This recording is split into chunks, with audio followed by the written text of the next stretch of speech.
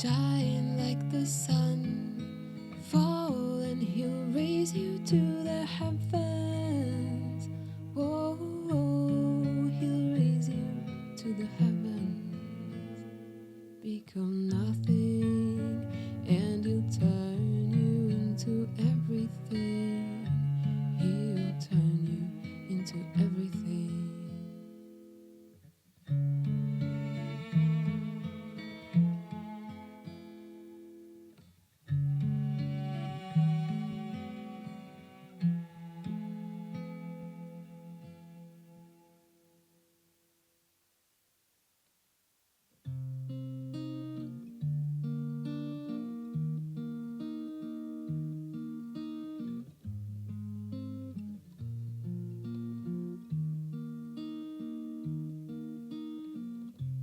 Most beloved Guruji, Om Namo Namo Shivaya. All is turning into you. Om Namo Namo Shivaya. I give everything to you. You let me bathe in endless grace. Questions, sorrow and desires, all dispelled by your embrace. Most beloved Guruji, Om Namo Namo Shivaya. All is turning into grace. Om Namo Namo Shivaya. All is turning into you. You let me bathe in endless grace. Questions, sorrow and desires, all dispelled by your embrace. Most beloved Mujiji, Om Namo Namo Shivaya.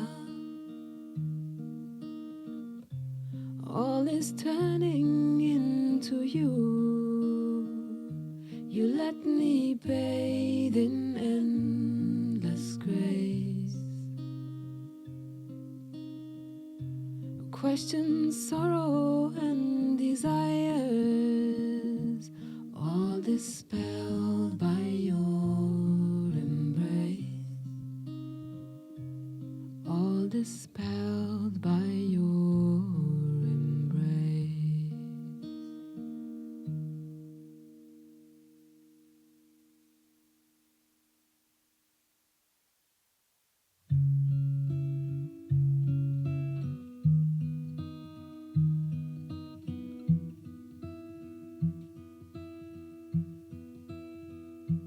Hare Krishna, Hare Hare Ram, Om Vasudevaya, Hare Hare Ram, Hare Krishna, Hare Gopala, Om Mukunda, Govinda, Hare Hare Ram, Hare Krishna, Hare Hare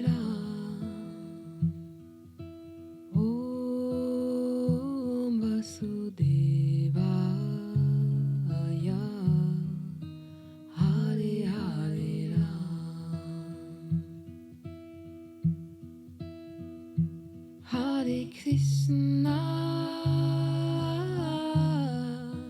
Hare Gopala, Om Mukunda, Govinda, Hare Hare Ram. Hare Krishna, Hare Hare Ram, Om Vasudevaya, Hare Hare Ram. Hare Krishna, Hare Gopala, Om Mukunda, Govinda, Hare Hare Ram.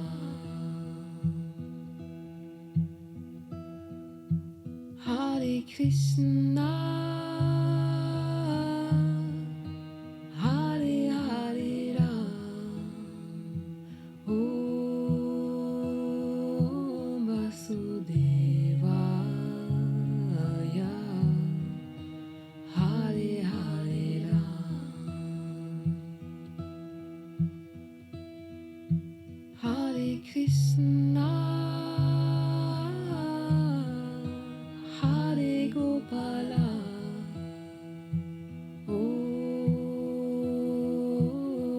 Mukunda, Govinda, Hare Hare Ram.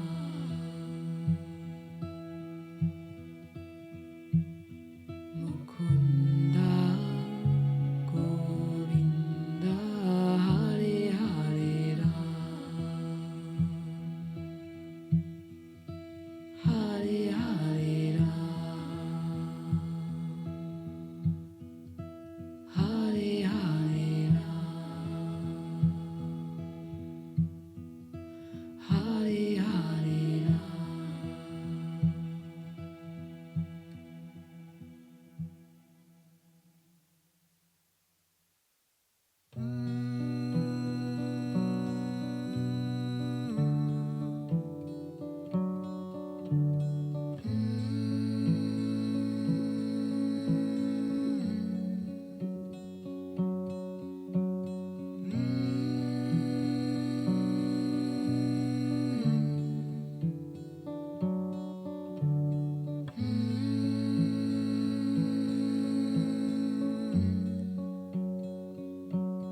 Grace is upon us. Open your heart. It is done. It is done. Oh, grace is upon us. Open your heart. This is love. This is love. Oh, this is love.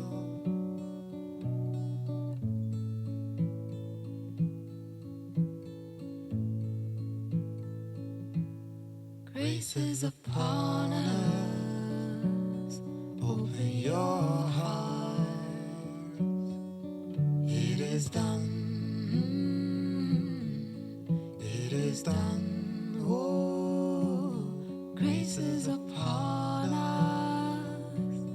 Open your heart. This is love. This is love. Oh, this is love. This is love.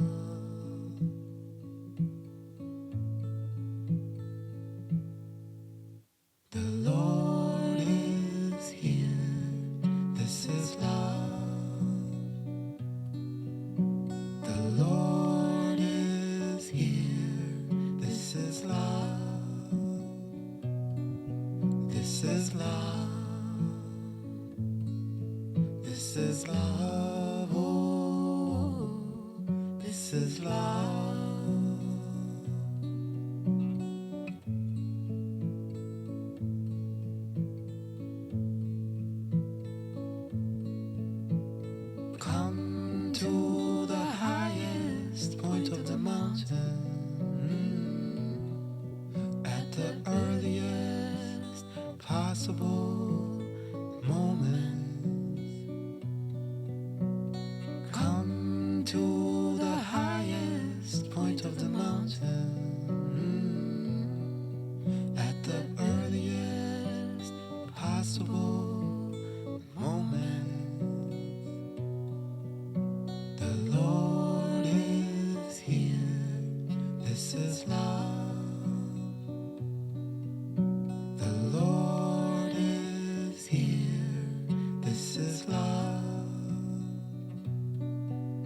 This is love.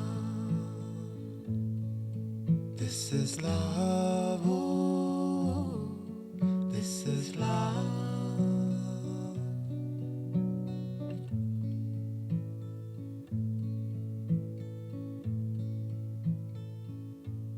Grace is upon us.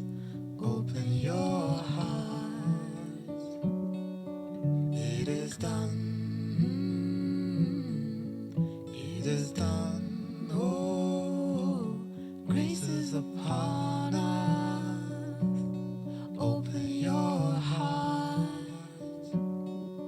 This is love. This is love. Oh, this is love. This is love.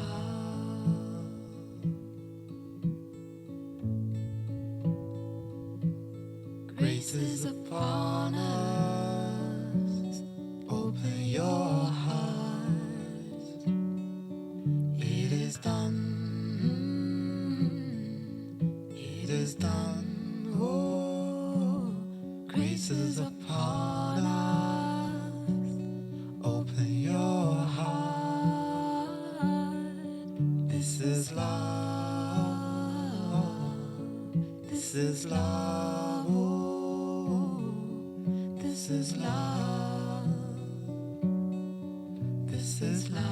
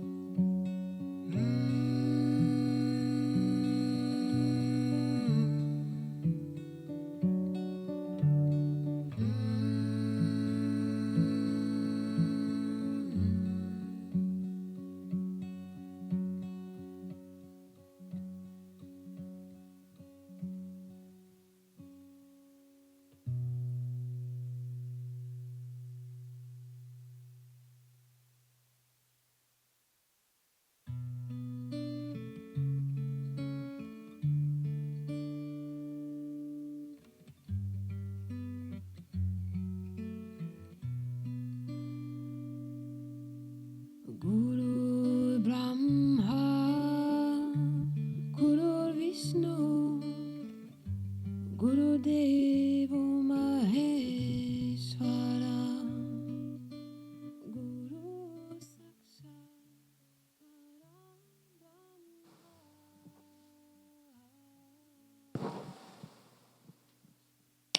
Good afternoon, everyone, and welcome to this Satsang with Sri Muji Baba.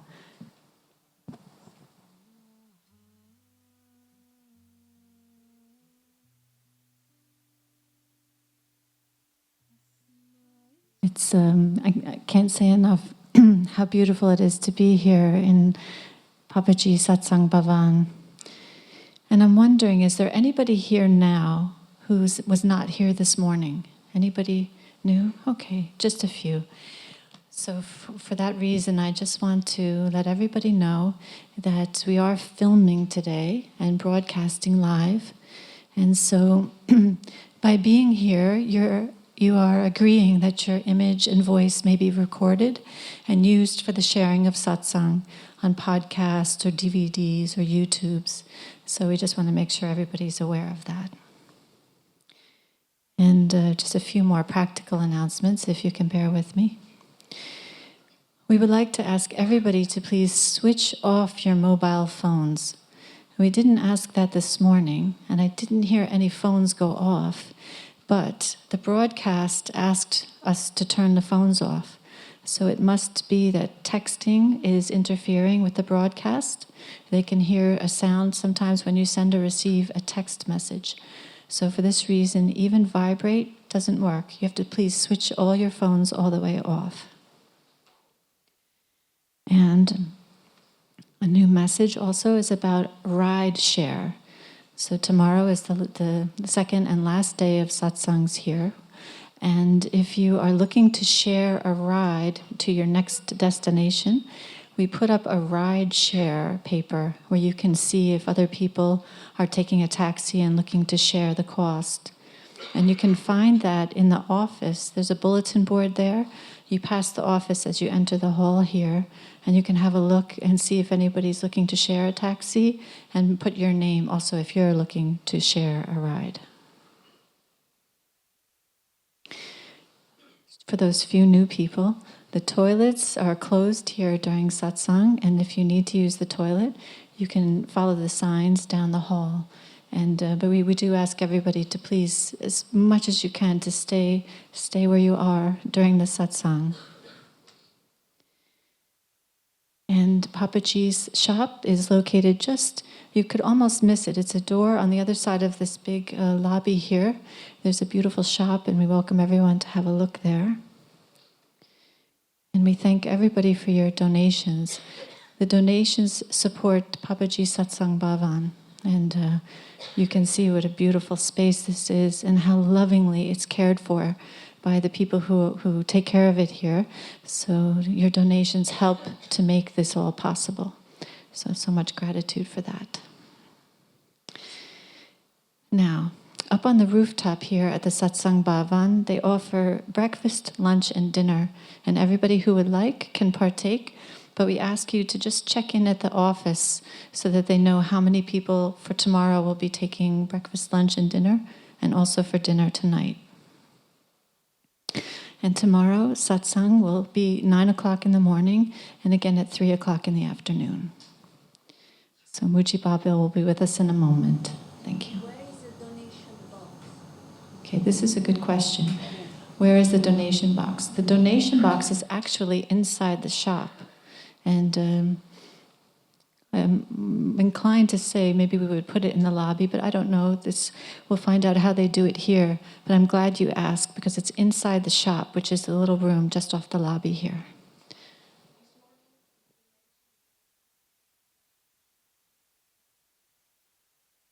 Oh, thank you for reminding me about that.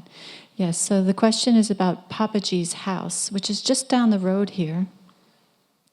Papaji's house, it's possible to go and visit his home where he lived and to sit in his bedroom, which is a beautiful shrine, and also in his living room where he would sometimes meet people. And it's a very small space, so the suggestion is if you have been there already, maybe to leave it for just new people who have never had a chance to go. And it will be open for about 1 hour after satsang today. And if you want to find it, we're told you can ask any of the bicycle rickshaw drivers to take you to Papaji's house. Okay, thank you.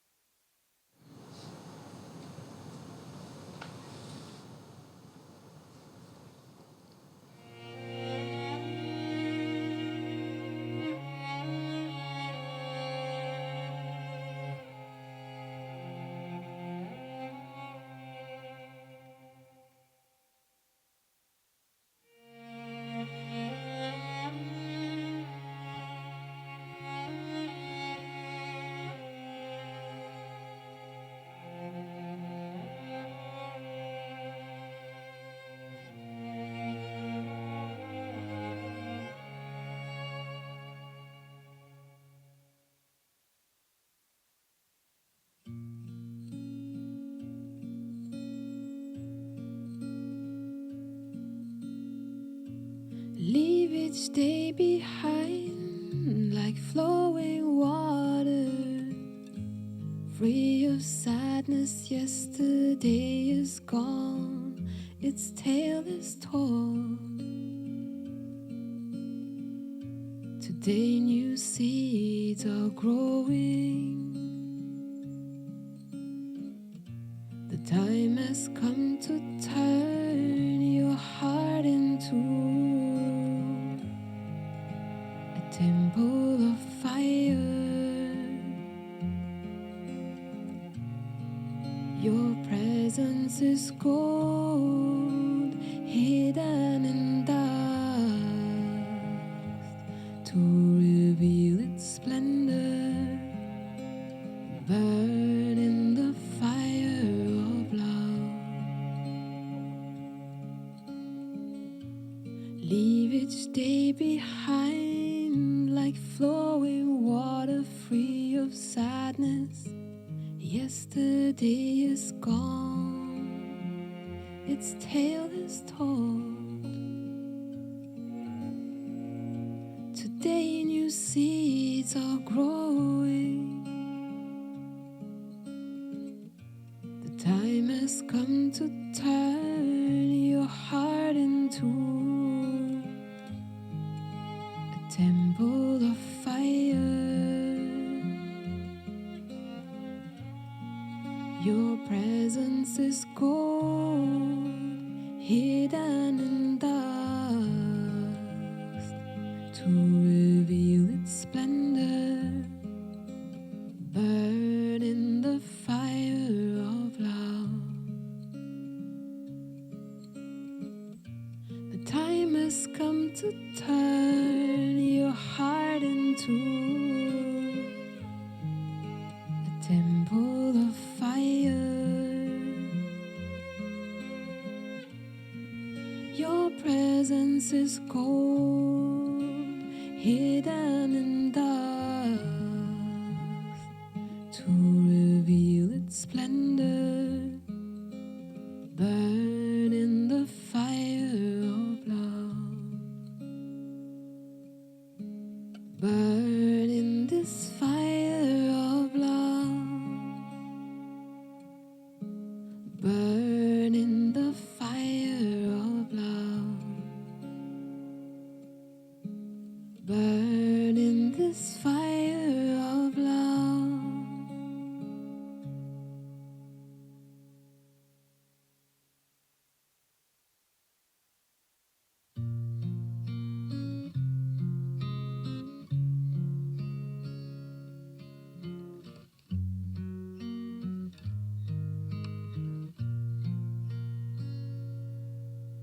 Your heart is the light of this world. It needs to just fully be seen. Bathe in the river of your being.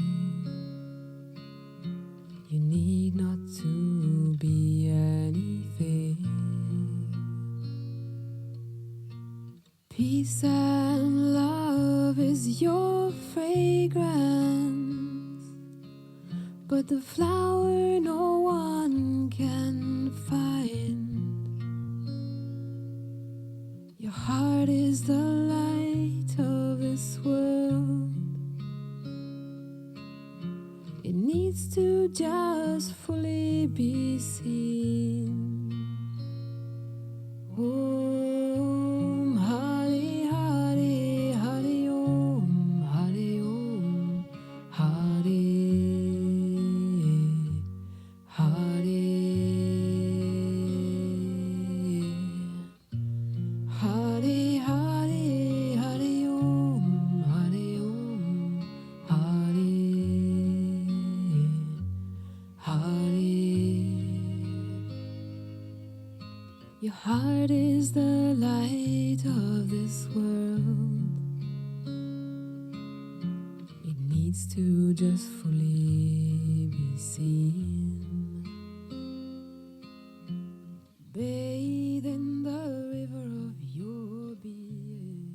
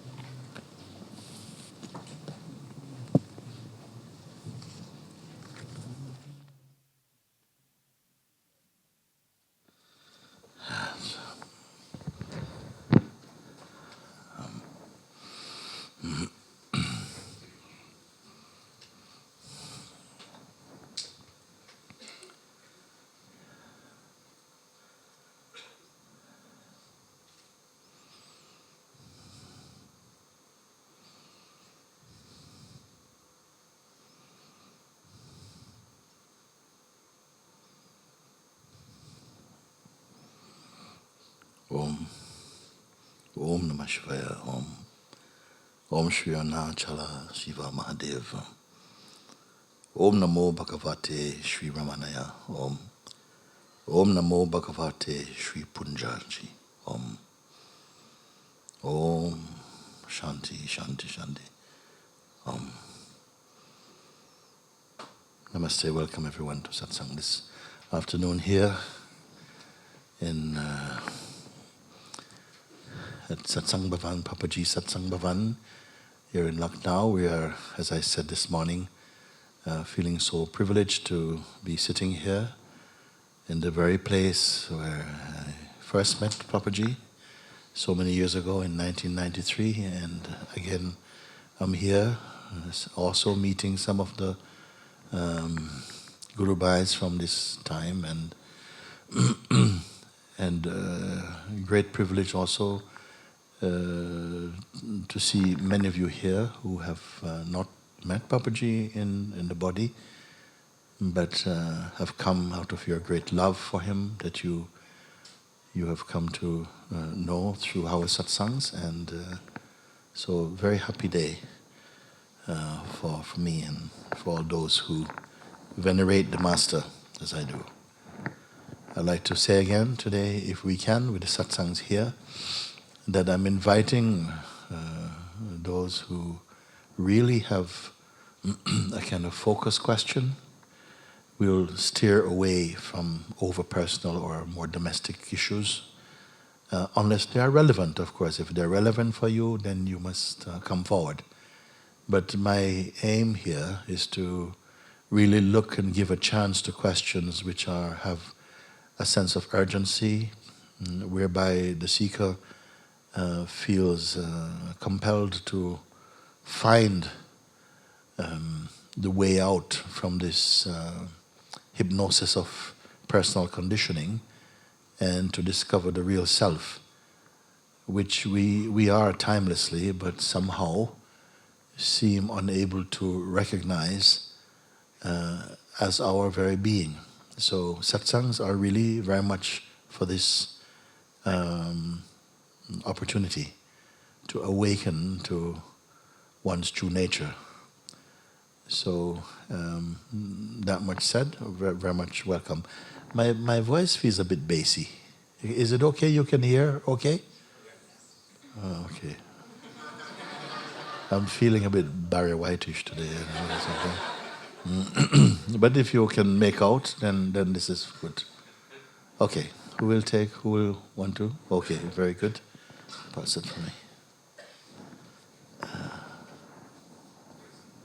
Very good. Right here. Namaste, Muji. Namaste, my dear. Thank you. Thank you. And my question is, can the mind be enemy and even friend? Yes. Yes, it can be both enemy and friend. And I would like to go a step further into finding out to whom would it be a friend and an enemy. You see, this is something that very rarely that we touch on this, because we never ask about ourselves, who we are. And yet it is the most important discovery to be made, more important than discovering about the mind and the mind's role in all of this, which of course it's also important, but who we are. This seems to be largely overlooked, even not considered to be deeply significant. And the reason for this is that we have a basic assumption about ourselves that is posing as a fact, whereby for those who are awake to the self knows that the identity that most speak from is really a fictional identity and not the fact. And because of this, everything else come into play, and all manner of distortions and misunderstandings come into play. So that is also very important. So I'm going to start to address your question like this. First of all, you say, can the mind act both as an enemy and as friend? Yes, it can. As soon as somehow, if I can start which what may seem like an assumption that we started off from the place of pure consciousness. Let's assume for a moment, and then we'll see if this is true or not. That we started off as from a place of pure consciousness. The consciousness needed some instrument in order to operate through. So the body came into being. This body, this elemental body, came into being as a vessel for the consciousness which it needed in order to taste experiencing, to experience experiencing, if we can put it like that. But somehow in doing this, it gets also identified with the body and take the body to be what it is. As the consciousness and the body, the consciousness is timeless. It is formless actually. And so it cannot really perish. Only the forms can change. They can rise up and fall. They can appear and disappear. The formless does not suffer that restriction or limitation. So consciousness, which is formless by nature, coming to identify with the body, which is bound by time. It is a time body. It has a birth time, a lifetime, and a death time. So when identified with the body, the timeless consciousness then takes on the notion that it is also bound by the body, and it has a beginning, a middle, and an end like that. You see? Once this identification took place, and it's no one's particular mistake, it's like a design mistake, that it is intended that for a while consciousness, in its expression as humanity or as sentient beings, would identify with the forms that it expresses through, believing the form to be itself, then restricts the consciousness to a particular kind of function, which in its pure state it is not limited by. So when it believes itself to be the form, then somehow some sense of insecurity comes in it, because it comes to know that the forms are limited, that the body is prone to injury or pain or suffering, and eventually will pass away. So a subtle trauma enters into the realm of consciousness, whereby it thinks that it is as limited as the body is limited. And so because of that, somehow, it develops this sense of a person. A person is also a form of consciousness, but so distorted and so limited and restricted in its expression, and that and it's meant to be. After a while, the consciousness will grow out of that suit, grow out of that limitation. You see, it will yearn to grow out of that limited concept of itself. And so what happens is that as soon as the consciousness paints a portrait of itself as a person and believe in it, it comes into the realm of time, duality, change. All of these things became alive for it. And at the same time, the mind, which is also consciousness, an aspect of consciousness, also seems to descend with the consciousness into form, and then behave as though it is the friend and the adversary of the consciousness that is taken on a sense of personal identity. And for a while, the mind will play a really profound role in the life of consciousness as a person.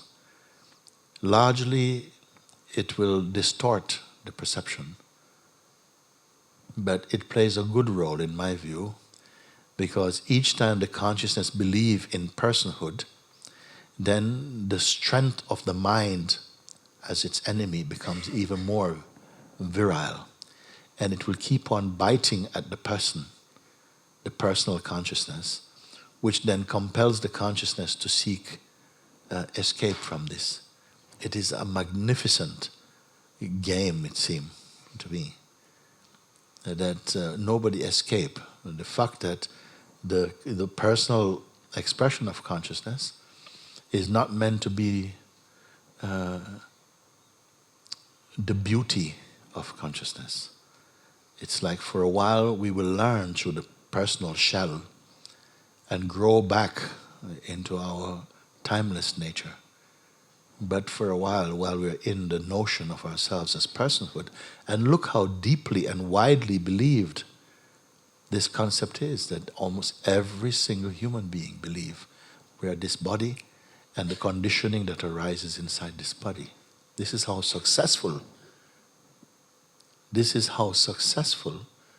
the Maya is, that we really believe that we are merely the body, and that, as I said, the body is a mortal body, but the immortal, the imperishable being is dwelling inside this body.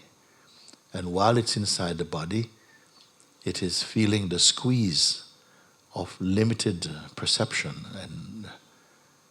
and out of this, it yearns to be free from that as it matures in the life.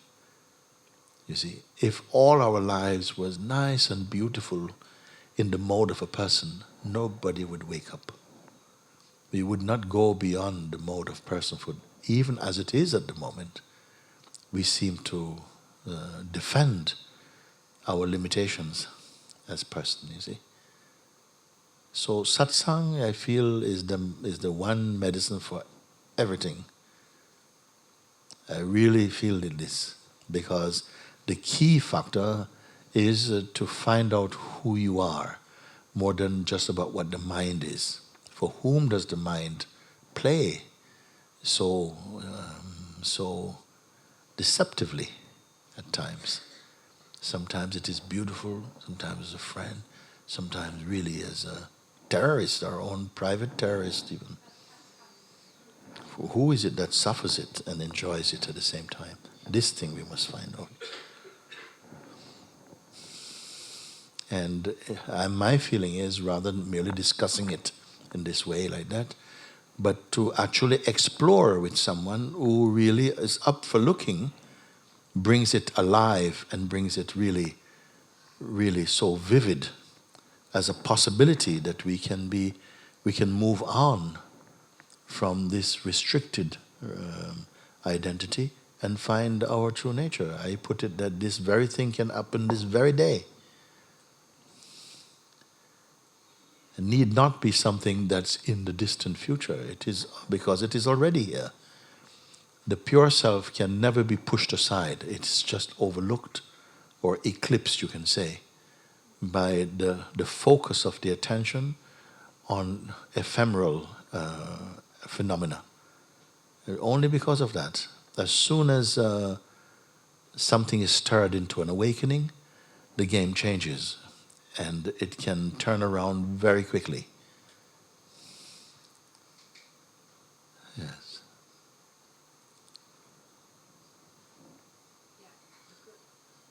Okay, try again now. Yeah. I want to share, because for the first time happened something. That's why my question. I felt to come. Yes. That's it. Yes. And for the first time, my mind was silent, like no complaint, just I'm here. That was still very important for the self. Yes. And thank you, Moji. Can I come? Yes, come. Thank you. Come.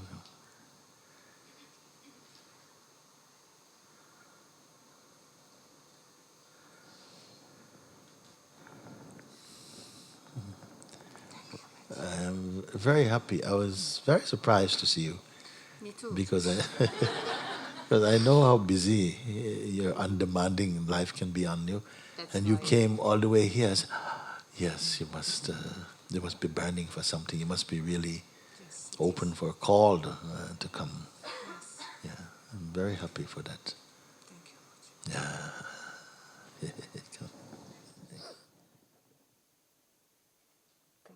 Thank you, my love. Thank you. Very good. Okay. There? Okay. Can we? Yes, okay, come, you can come. Yeah.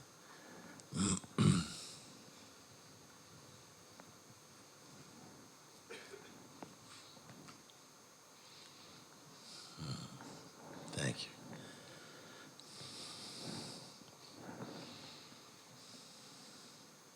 you. Um,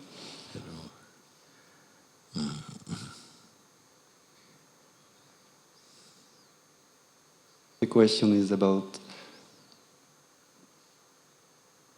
how to find the best context for me to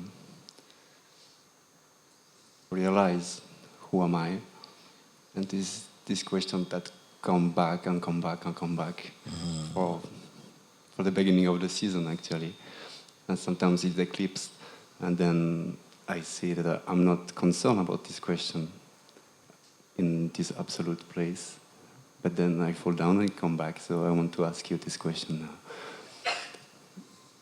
There is this kind of strange paradox. When I travel alone, I'm very close to the value of life, and I'm feeling very grateful for everything. I'm very joyful, and I feel not so much personal. And when I come close to you, all these things very personal come again, these disciple things, and I feel much more personal with you. So that's the question, must I stay with you Yes. closer and closer because it's just because I'm close to you that things happens, or I have had your blessing to go alone and just go my way. Yes. Well, I'm happy to hear your report because many people, if they feel like you do, you say, look, when I'm on my own, shanti shanti, everything is very nice. When I'm with you, I feel kind of sort of all this personal energy is coming up and this thing about discipleship. But I stay because I want to see what this is all about. Maybe in keeping this company, it's bringing up some things which I will not see when I'm by myself. By myself, I'm not so threatened, or not so. These things don't get exposed, and many people are so easily influenced by the mind that as soon as mind takes up one of these kind of postures, they're off. They say, "Okay, fine, I'm not good. That's not for me." But you are different. You say, "No, I don't feel good. When I'm with you, I don't really feel good, in a way, feel personal, because nobody wants to feel so personal, you see. I feel all these personal energies, but I want to make use of that somehow to go beyond this, because you know that I am not advocating or wanting you to be needy or personal, so why is it coming up then? You see?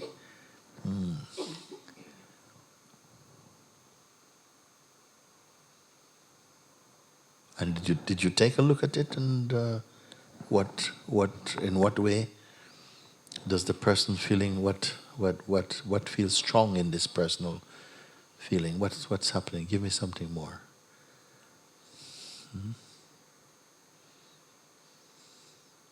Because in a true relationship, in fact any true relationship, will not promote dependency in this way. Yet at the same time, sometimes people become confused about it. They're thinking, well, I don't want to be attached to you, I don't want to be attached to you. So why are you speaking like that? All your life you've been attached to so many not very good things. What about if you became first attached to something which is not attached to you, and is helping you to be free in the most genuine way? And then is it attachment? Maybe it is a form of love, even. Maybe we just love to be in a place that makes you feel free.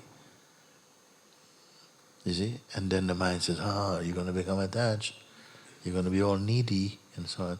But nothing here is, trying to trap you into any sort of relationship like that. In fact, because it would not be in service to your this real self-discovery, you see. So something is playing out a bit, you see. And I feel that as soon as you see through it, you're going to find a lot of nonsense things will drop.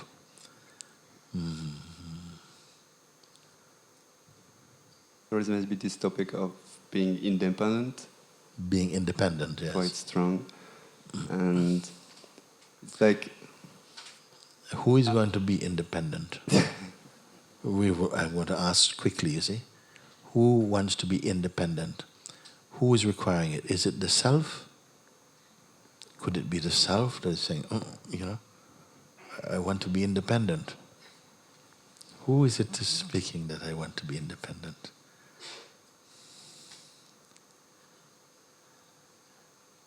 It is the person. The personal mode of consciousness is coming up with these things, I want to be independent.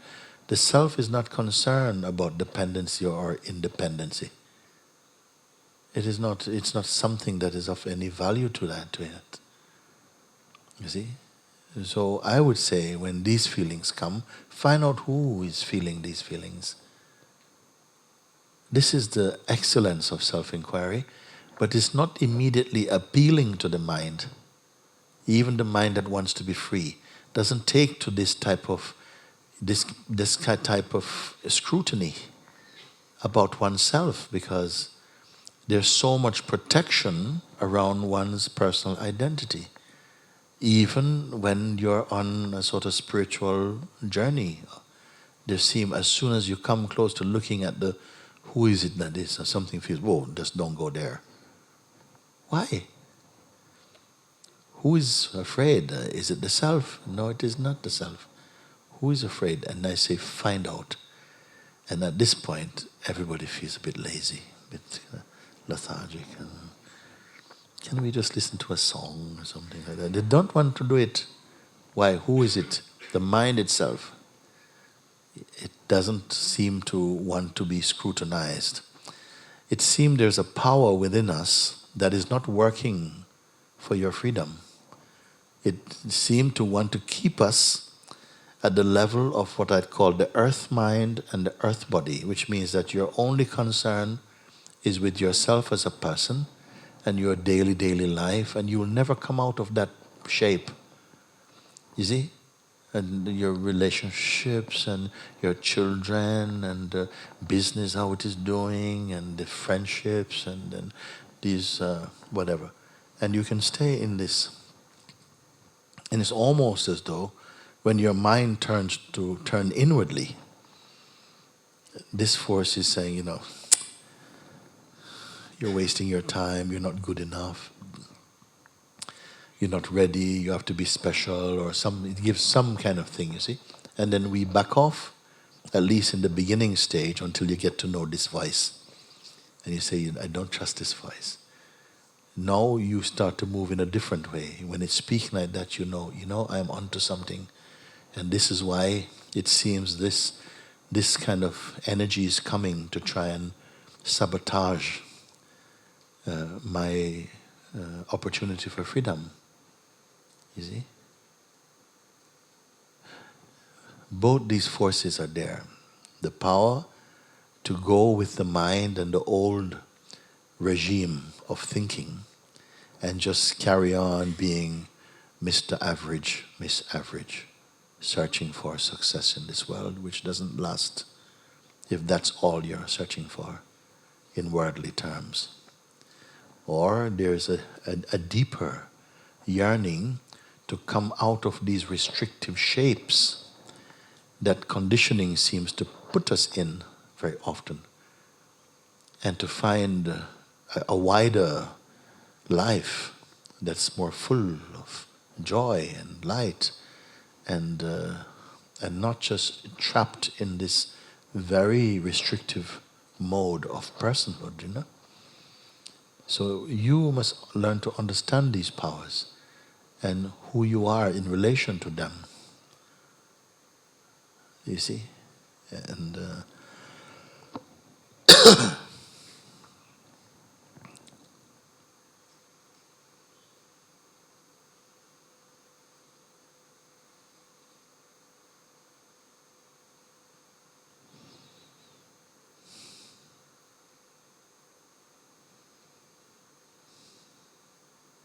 Have you looked at it? Yes. Tell me something, then come speak with me about it. It seems that there is a lack of trust, and so I try to have a spiritual life, and still I'm afraid that this power of the spirit will really help me to survive kind of in this world, because there's always this issue with the money and just to live. And so there is. I know that in some months, if I stay with you, I will need some money, so I will be back. And Yes. So how it will? If you live a life and that is based upon your own assessment, the assessment of your own mind, you see, then you are not really alive. If all your moves are calculated, and there's very little space for spontaneity, and yet if you look backwards a little bit, you will see that all of what came to you, you could not predict. Who your friends would be in this life, how a day would go, who you would meet, how you would feel in the morning, at lunchtime, who would you meet along the way, would there be some significant encounter for the day? None of this you have ever known. Everything has simply unfolded on your path. Still we don't trust. And I tell you why we don't trust. It's partly the nature of the egoic mind to be mistrusting also. And that we have been too much put in a position to figure out life, to predict, to manipulate, to strategize. And so in a sense, you lose your looseness, your freedom, your childlike nature also gets somehow pushed away and replaced by some kind of regime thinking. So even in this path, where not much is required for you to look. It's not like they say, it is saying, listen, come, bring all your money, put it on the table here, put your bank account and all these things, and leave your family and come here and we'll show you how to be. It's not making any demands at all. But it says you must have sufficient trust to begin to apply the very simple guidance and pointers that's been given to you. Where is the place for mistrust? When I say this is a fruit or this is a tree that bears immediate fruit, and this fruit keeps getting sweeter and sweeter every day, but never becomes oversweet. What do you need then? Where is the place for mistrust? Even if, let's put it in the worst case, and you say, but I don't trust this man. I don't trust. But he's not asking you to trust in what? Only if you said, I want to go to Lucknow train station. And then I said, but it's very simple, I live here, all you do is you go to this place and you get a rickshaw and tell them you do that and you're there. And then I see you 2 hours later walking around the back of Satsang Bhavan. I said, what are you doing here? He says, well, I'm still looking for someone to help me. But I said, but I told you to get this thing. He said, yes, but somehow I didn't believe you. So, but what reason do you have to disbelieve me? I live here, no? And if you didn't believe me, ask someone else. You see? So you have to apply. It's only that much trust is involved. It's not like it's asking you to make a big investment. So really nobody has a reason to say, okay, I don't have enough trust. And as you go, trust will come. As you move, don't wait for trust to come and then you go. Go and trust will come. Trust will join you. Faith will join you. They like you when you're on the move, but they won't come to you if you're in the hammock, waiting, As you move, trust comes. Hey, how are you doing? Yeah. What is your name? Trust? Huh? Who are you? Faith. Who are you? Spontaneity. Huh? And you make your way. You see? So, life works like that. Maybe something subtle about this spontaneity. How I see when I come close to you, there is this mix up about I want to go away, but I feel that's good to stay. And for example, for some weeks now, I feel that it's very good for me to go in a place very alone and digest and to isolate myself.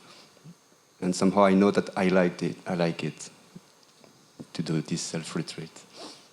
So I cannot trust now if I need to do this or just not because it's quite comfortable for me and go along to be closer to you and go Portugal and things like this. I think you have made good decision. You come here today, so I feel it is good. I would encourage you. I wouldn't tell you, no, go off on one of your little private retreats which you enjoy so much, because it feels safe. You're never going to challenge yourself sitting in your little cave, feeling nice, and you make it into a nice boudoir. You're not going to do it. Somehow I feel that the wiser part of you is coming to the surface, and you're staying in places where you feel uncomfortable to face the things that brings up discomfort and to go through them. And so now you're here, you see, then what we're going to do?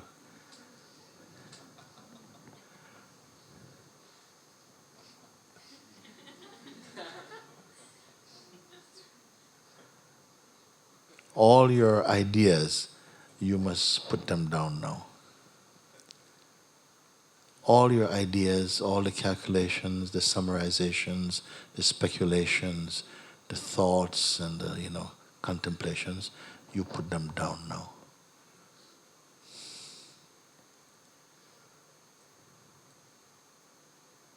Because you're carrying them, they're quite heavy things.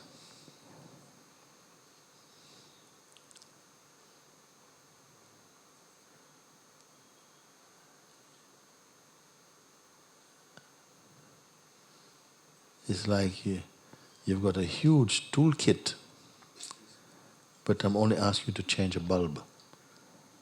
You come with big toolkit. So many different little things and stuff, and little Inspector Gadget has come. I said, only to change the bulb. So I say, put everything down, come in, and let me take a look at you.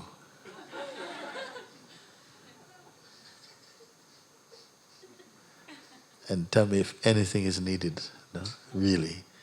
You're here with me. If anything is needed from your heart, look.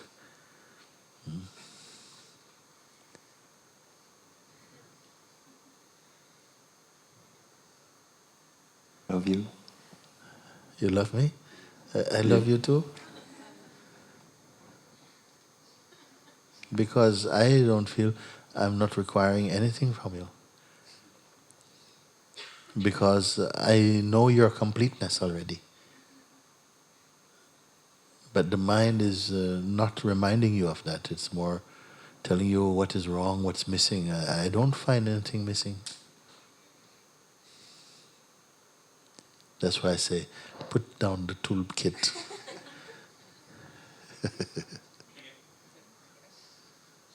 Put everything down and don't pick anything up. Don't choose one tool from this bag.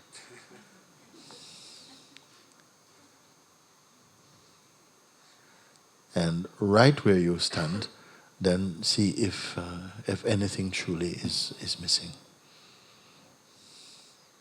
But don't ask your mind.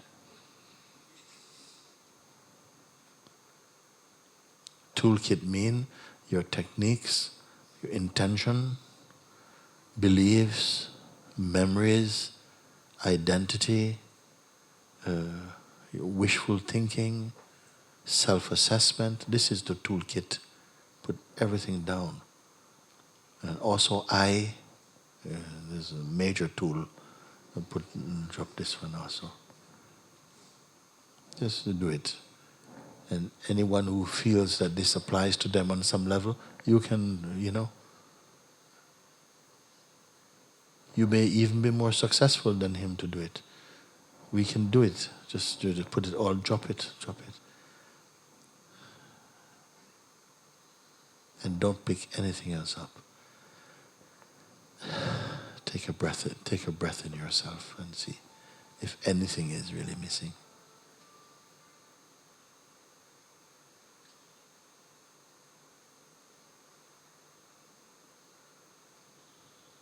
And don't just have a glimpse.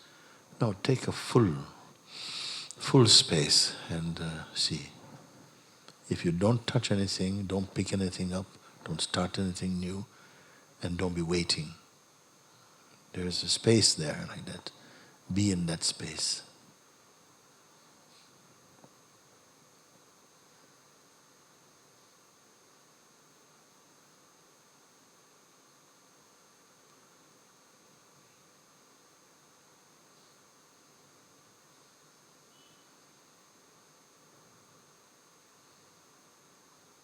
Sometimes it feels the mind doesn't want to go.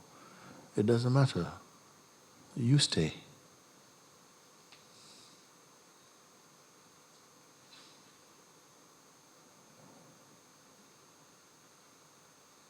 Invite mind also. Please come and sit down here in the silence of being.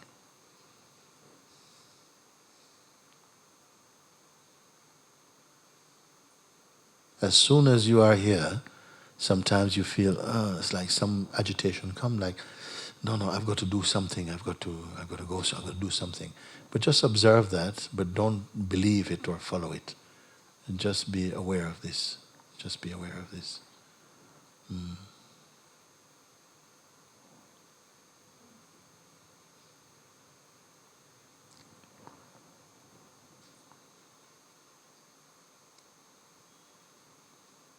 And I would say as often as you can, just be here. Each time the mind, attention go out, try and bring it back for a little. Then whatever comes to do what you need to do. But don't invent new things to do. And see what happens.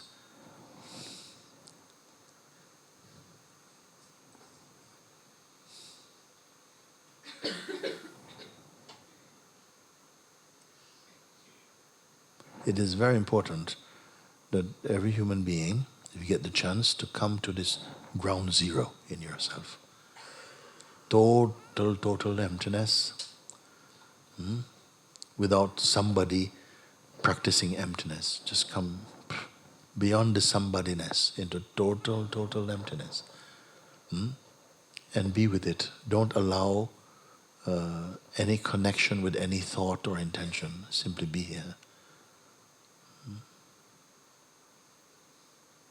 Get used to it. Get used to this sense of emptiness without picking up something new and without waiting. And you're going to start to love it and to really appreciate how much space comes to you. Inner space, outer space also. But that inner spaciousness comes. And you will see that many of the things that the mind suggests should be done are completely unnecessary, but you'll be able to see for yourself.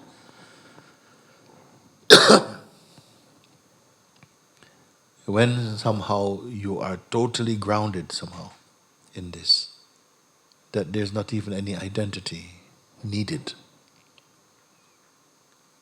then you can go anywhere. You can move again in the realm of dynamic activity and you will not be disturbed. The only ones who get disturbed after this is someone coming and discovering that neutral state and then quickly running out. And then you don't give enough time to really adjust and to really recognize your natural state. So you do like this and see what happens. It outshines every other practice in its immediacy and its effectiveness and power. And it is enduring also, meaning that it's not going to fade after one day it goes away. You see? But if you only ask question and you don't apply it in your heart, then your results will be only temporary. Many people, they were for a while and for a time, they were happy for temporary results. It was, they had a good lift. Yeah, we got a good lift. But the self is not a lift.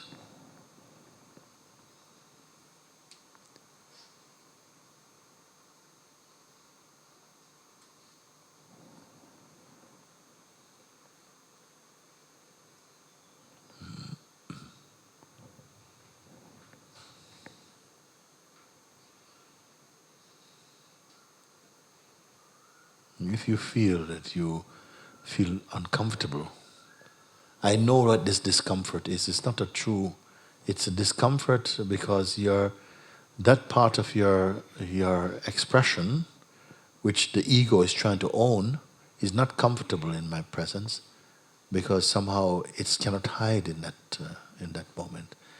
Then I would encourage you to come even nearer. If you can, come even nearer, you see? And be there and come forward like you have done today and keep showing up and saying, come to the front.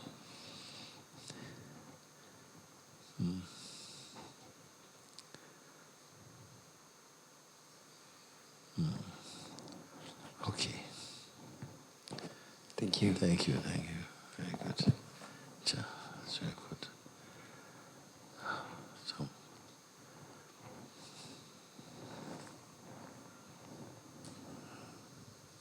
thank you. Very good. Namaste, Munchi. Namaste.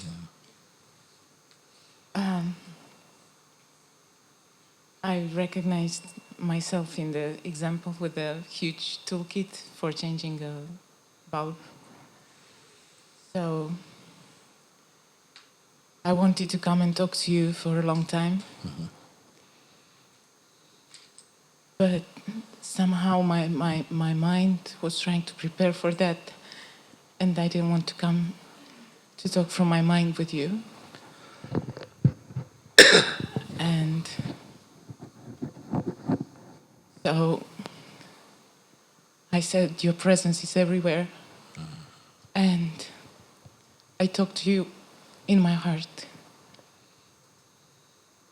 even outside of the satsang.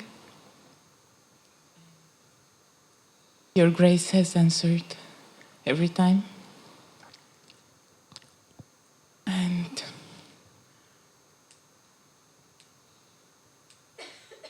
thank you for leaving no stone unturned for me.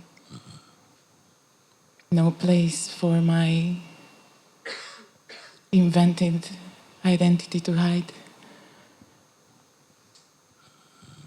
This is, for me, the first time in a satsang. I've been here for the whole season. And I discovered your talks just a short time before I came. But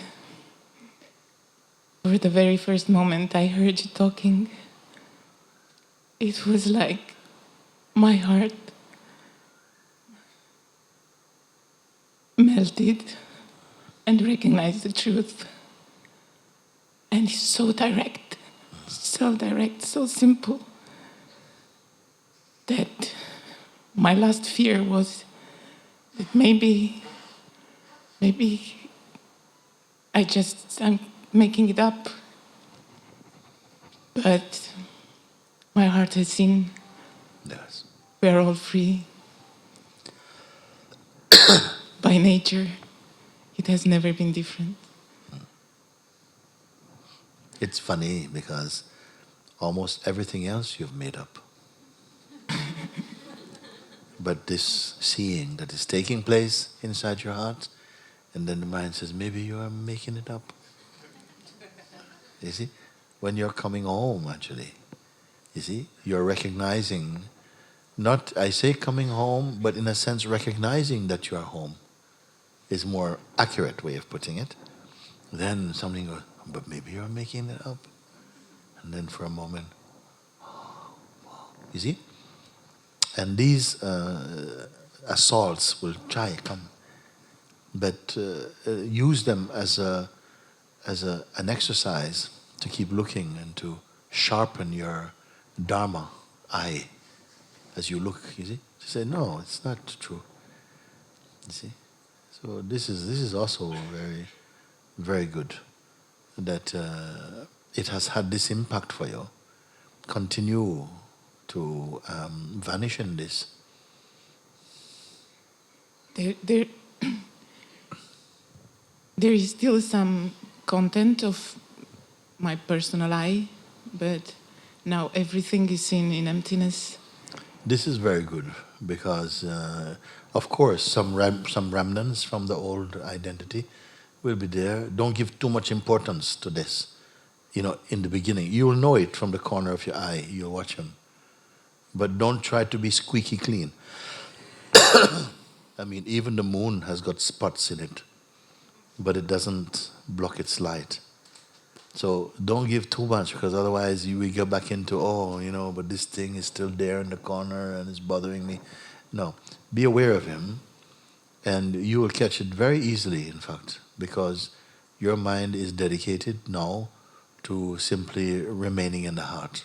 And the joy of it is not just work, because if it is true, what starts out as work ends up as great joy and love for you. You see? And when as you're falling in love again with the self, the mind has little competition. It didn't want you to recognize your beloved. You see, it was putting all kind of, sort of fake ones in between, until somehow you discovered this thing. And you say, yes, and now he comes with his little masks. He says, it's nothing at all, not worth a fight at all. And so don't be over troubled about that. Your focus on the self automatically, you see, renders the kind of psychological antics of the mind, it makes them redundant for you, in fact. At a certain point, they will show up and you may just laugh, actually. Maybe you don't even notice them anymore. They just perish without your noticing. Thank you. Yes, it feels like that. It feels that when I stopped fighting the mind, there was silence. Yes, and when you know who you are, there's no need to fight. When you know who you are, there's no need to fight. Your mind will get repaired, healed, actually, in the presence of the true one. Nothing to fight. Thank you. Thank you. Thank you. Thank you. Now, let's suppose that today was the only satsang you're ever going to have. We're only ever going to have today. Okay? Some are smiling like, oh no, I know we're going to have more. Well, actually you don't. Nobody know anything about tomorrow or what is going to happen, no? Even this one may not even finish. We don't know. We have a lot of luxury play that we play like this. Supposing this was your only chance, your only satsang. I want you to approach like that. And this also. Someone had a hand up there? Okay, can you pass the microphone for me?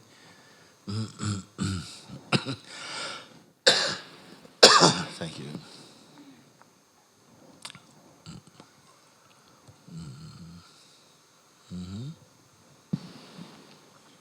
Very good.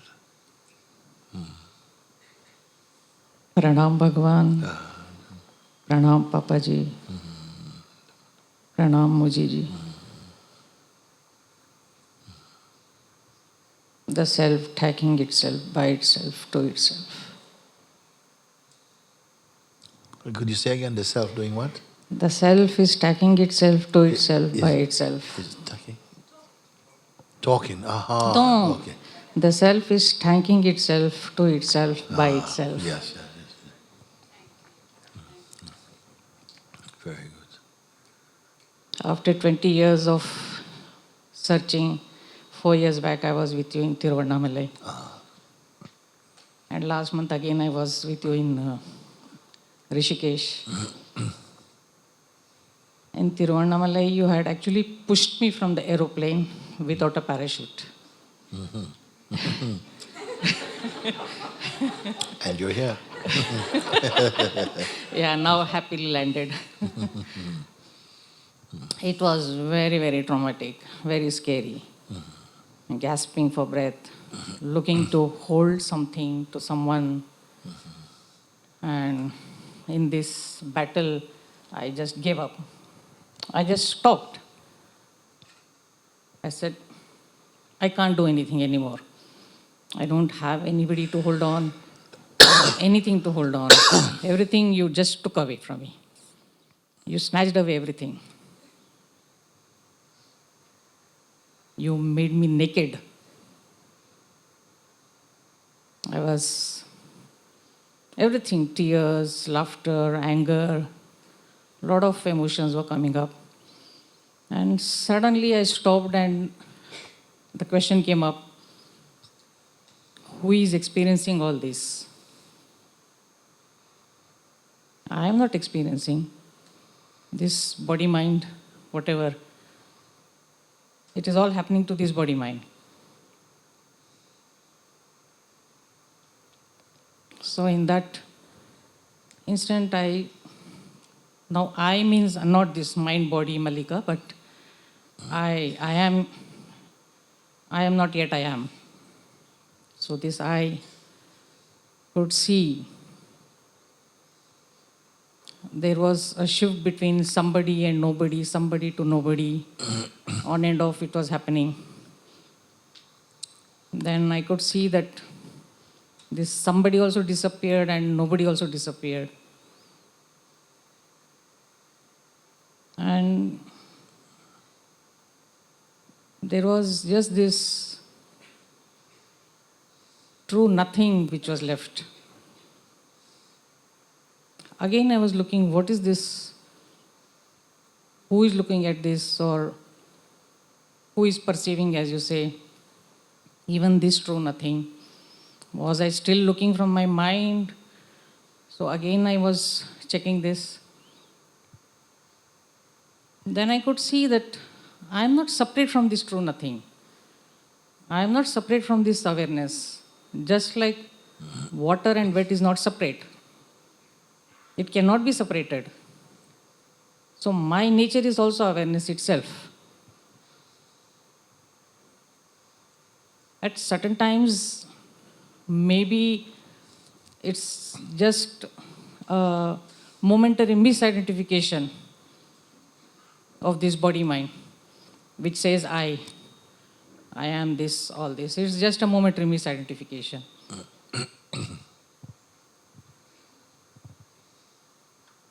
There was no looking back. Yes. Even now there is no looking back.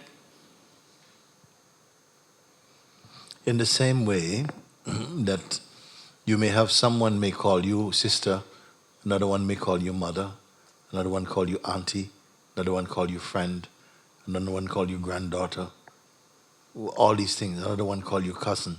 And to each of these approaches, you respond completely spontaneously and appropriately, all the while knowing you're none of these things, Yes. isn't it? But says, auntie so-and-so, yes, darling, but you didn't have to think, auntie, oh yes, this is auntie, okay, auntie. No, spontaneously something responded, even though normally you're not thinking of yourself as an auntie or as a daughter or something like that. The same thing even with I even. I want this and I want that and happened to me, and when last week this thing happened to me. Why is the I also different also? Is it not also a role that is being played too? No need to stop if it is understood. Yes. And the way to understand is to come beyond I.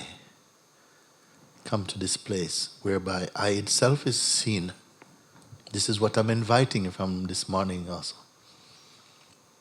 And it is not that, it's not a question of kilometers or meters or anything. It's just a change of perception, a change of position, where I say, don't identify with anything, and everything seems to come up in front. And I say, that which is witnessing all this, but not passionately, it has no investment in what is being perceived. Simply it looks. You see? It can feel also where there has been some passionate association and look for the one who is passionate and see that that's also a role. But itself is not a role. You see? Like this seeing, this very simple seeing. And coming back to this place, we find that there's nothing behind.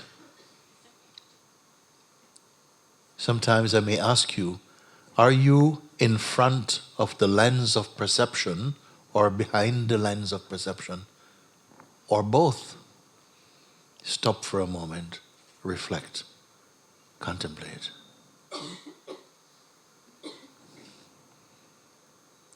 Always when you say I, it is function as a perceiver. It sees, no? But at some point, you may find that the I itself is perceivable. By what is it perceivable, you see? Not a mental question. First, you must come to understand and acknowledge and verify all that I say, I am or I see or I know, is only that which I can look upon. Even the content of memory or of imagination and everything is like some phenomenon that appears and also disappears. And their weakness to appear and to disappear. What witnesses the arising and departure of phenomena? What is looking there? Can this question be answered? And will a mental answer satisfy what is provoked by this question? It will not. It has to be satisfied by some deep insight or experience, some revelation that really pulls the curtains apart and find that the one behind them is you.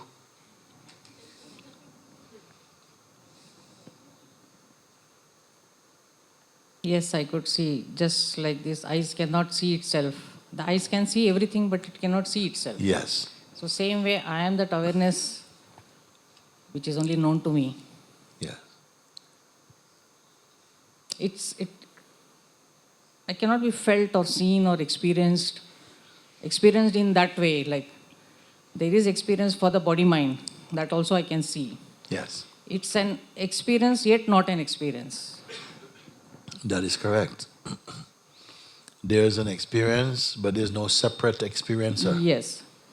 But it's only known. Yes. But not by other. Not by other. There is no other. There is no other. Yes. It's all just Now, the self only me. having come to that understanding, let everything be drowned in it now. Even the body mind you must pour into him. Put everything in the pot of your own self and marinate in it.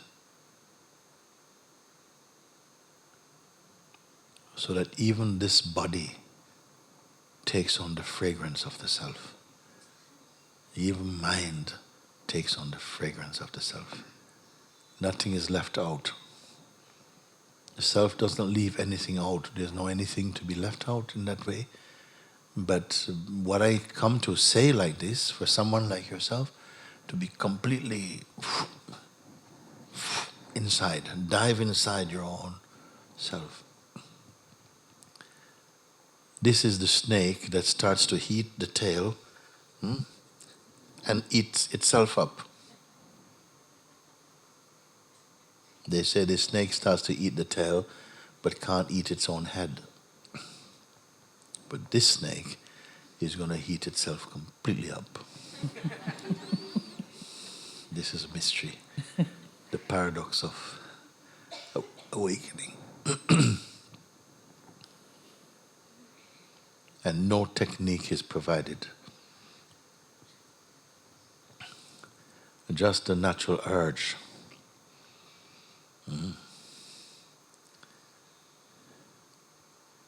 Intense grace.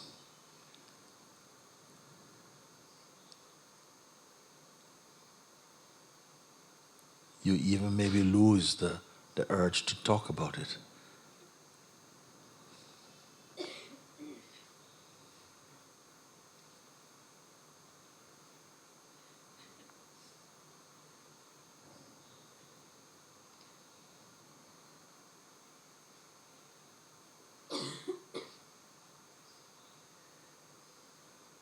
Your very body, your existence has become a door through which God will walk into this world. And you will walk with Him as one thing.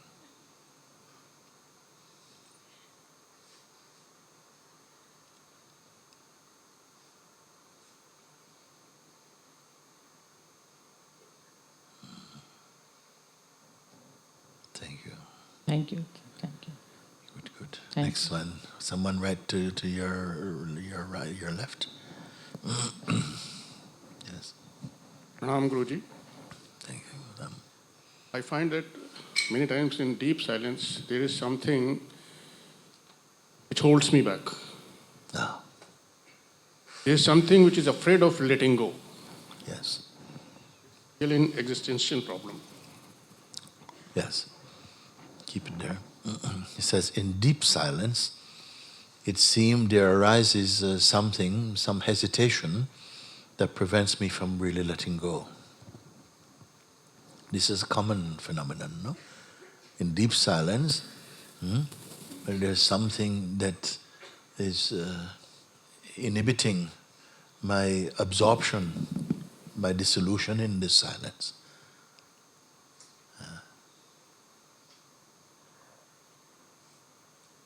But it's already done, actually. In the deep silence, something arises that feels, yes, how can I let go into the silence? But it's a voice in the wilderness. See if you can find which mouth this voice is coming from. I feel stuck, I can't let go.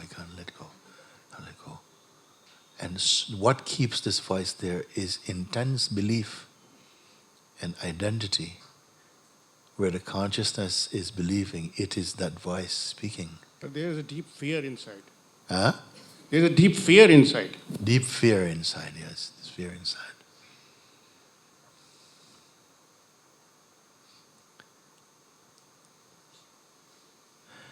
But that fear instantly is perceived, isn't it? The fear instantly is perceived. Just like as we are speaking, there's awareness of our speech. As you're listening, there's awareness of your listening. In the same way, as fear arises, there's immediately the awareness of fear arising. What is aware of the fear arising? Is that itself fearful? Maybe this question will not have the bite immediately, you see? Because the fear is so much more loud. The fear, along with identity, is so loud. And where does the fear live? Energetically, it is experienced in the body, like and the body-mind is caught in this fear. And so much identity is in it that it gives the sense that it is not observable. But the fact is, it is observable, otherwise how would it be known? We have experienced many things at varying intensity, and you've always been there to know, but I'm not that. It comes and goes, just like you may have food poisoning and feel the most intense pain coming up into the body. But you know you are not the pain. But the pain is there. But there's a knowing, I am not that pain. If you were the pain, you wouldn't want to take painkiller, because the painkiller will kill you. You know you are not the pain. In the same way, it is there, the fear, but the feeling is, no, I am the fear. The fear is with me. How can I get away from the fear? Or please take away the fear. You might say, please remove the fear. It's stopping me from really entering. But we simply believe this voice more than we investigate it. As you begin to spend a little bit more time to investigate the voice, more space will open up. And then you'll become aware of that which is aware of the fear, and that is not fearful. But it takes some persistence to look at it. Because normally, so far, whenever the fear comes, that's been your backing off point. As soon as the fear comes, it's like, whoa, dismount. We're not going any further. You see? So that is something, the fear, you say, has come whenever, as you go into deep silence, okay? Deeper silence coming, nothing, deeper coming. At a certain point, whoa, here it comes, whoa. And it's in the body like, and then what happens then? Stops me from letting go. Huh? It stops me from letting go. It stops you from letting go. Let us just slow that statement down, word by word, for a moment, and keep some pictures with it. It stops me from letting go. When you say the fear stops me, I want now to ask you, what is this me? Slow it down for a minute. It's an unusual question because it is not frequently asked. Normally we assume the me to be what I am, and no further questions need to happen. And all of us generally accept this standpoint that me is the body-mind person, and nobody question it, you see? So if you go for a job and you say, tell me something about yourself, you say, I was born in this date, I went so-and-so, I studied here at this university, I've had some field practice in this place, 7 years experience as a doctor, and so on, so on, so on, so. And you says, and the employer, the prospective employer then say, yes, that's what you have done, but who really are you? So what kind of job is this? Because nobody is going to ask you that question. It's enough to tell them some statistics and where you've been, enough. But to go to the place that you are, it is important to find out what is the substance of your identity. When you say, I get very fearful, and it blocks me, fear blocks me from going further. So I said, let's slow down frame by frame and look at this me who is afraid. If you can with me at this moment, we can take a look. When you say me, can you really identify the one? And I will help you, because you use the fear to find the one who is afraid. So you're coming in and suddenly, so start with the fear and follow it and see who is the one who is suffering it. Most people will not find this kind of question attractive. And yet it is the most powerful. Who is the one who is really afraid? We are accepting that there is fear. The energy of it we know. But to identify the actual sufferer of that fear, can you go to this place and look better now also? What really is there? Because it is such a powerful assumption, this is happening to me, that rarely does anybody question what this me comprises. That's one way. I will try this way first. It blocks me from really surrendering. The fear blocks me. What is the fear of? Let's start there again. What is the fear of? If we could just open up the envelope of fear, what is the message in it? What is the fear of? The fear is, because listen, first of all, you're coming into a state of emptiness and peacefulness. Huh? Ordinarily not something to be afraid of. Peace. Every day something is banging your head, poof, poof, poof, poof, poof, poof, all kind of stuff. We're not afraid of that. That's normal. Peace has come. Peace. Deep silence. Why? What is the fear of? Can we look? What is the fear of? Just introduce what is the fear. That what may happen if you proceed, what will happen? That you will disappear?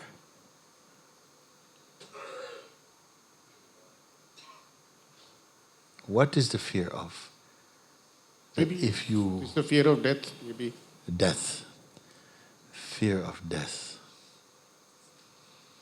It's quite unlikely that you will die from such deep peace. Yeah? But it's a psychological thing, you see, which doesn't have to make sense. Fear, you're going to die, you're going to disappear, you won't be able to... Actually, it's more of a metaphor. It's not physical death. It's not really a physical death. What it is like the death of what is untrue.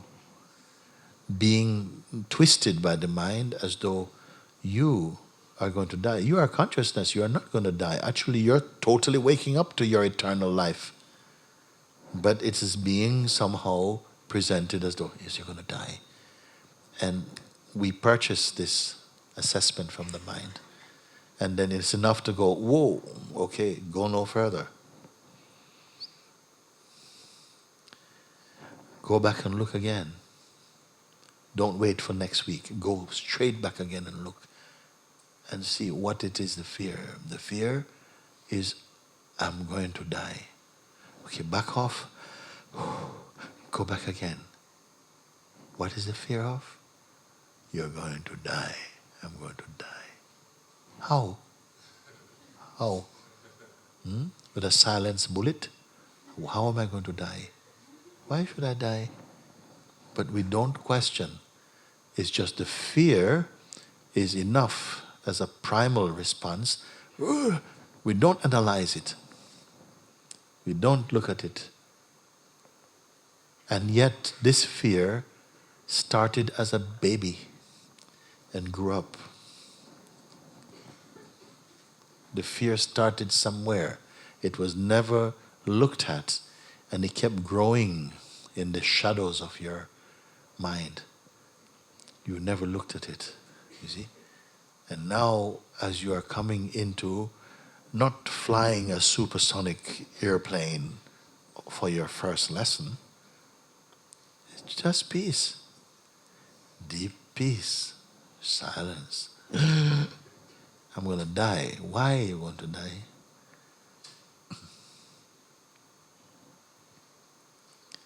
So I would not back away and close the door. I would go back again. Keep going back, oscillating towards this fear. Go a little bit further next time. Go a little bit further and watch what happens to the fear. So go on, okay, intensify, but I'm not going to give in to you. You know, show me your face, go on. You know? Where some people say, okay, kill me then. Some are really strong, you know. They say, okay, go on, take it then.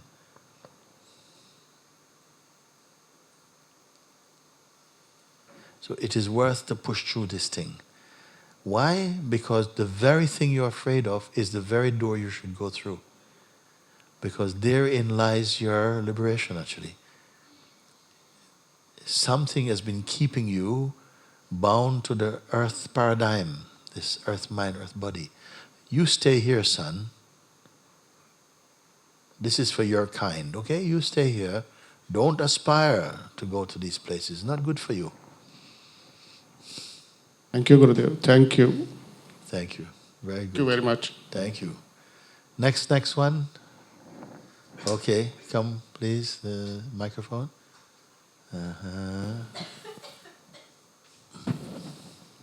Namaste, Guruji. Namaste, okay.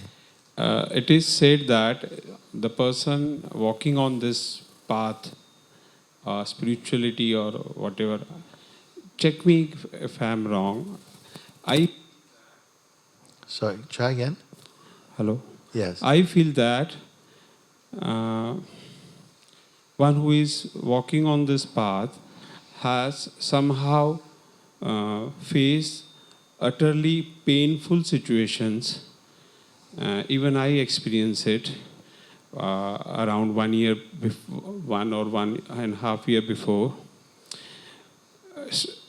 In initial stage, I was very much down. I tried to suicide or something like that.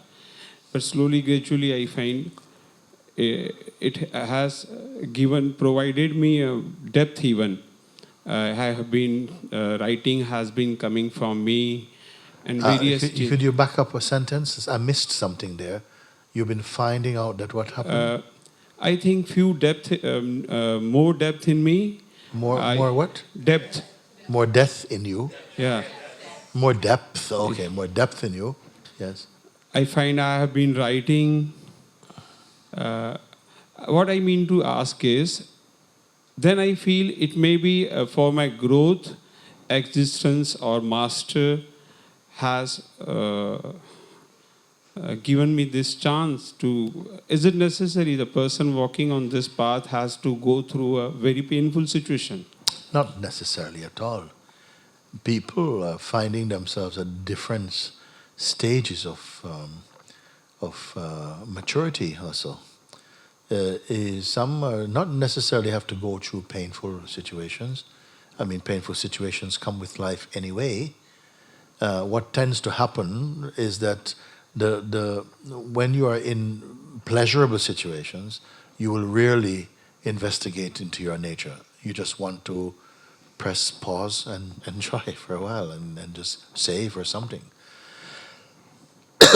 But when we have painful situation, it compels you to really to ponder over the purpose of life also. You see, to go more deeply into this. Many people, no one is exempt from it. You may have somebody, a relative or a friend who have passed away. We have ourselves a friend right now.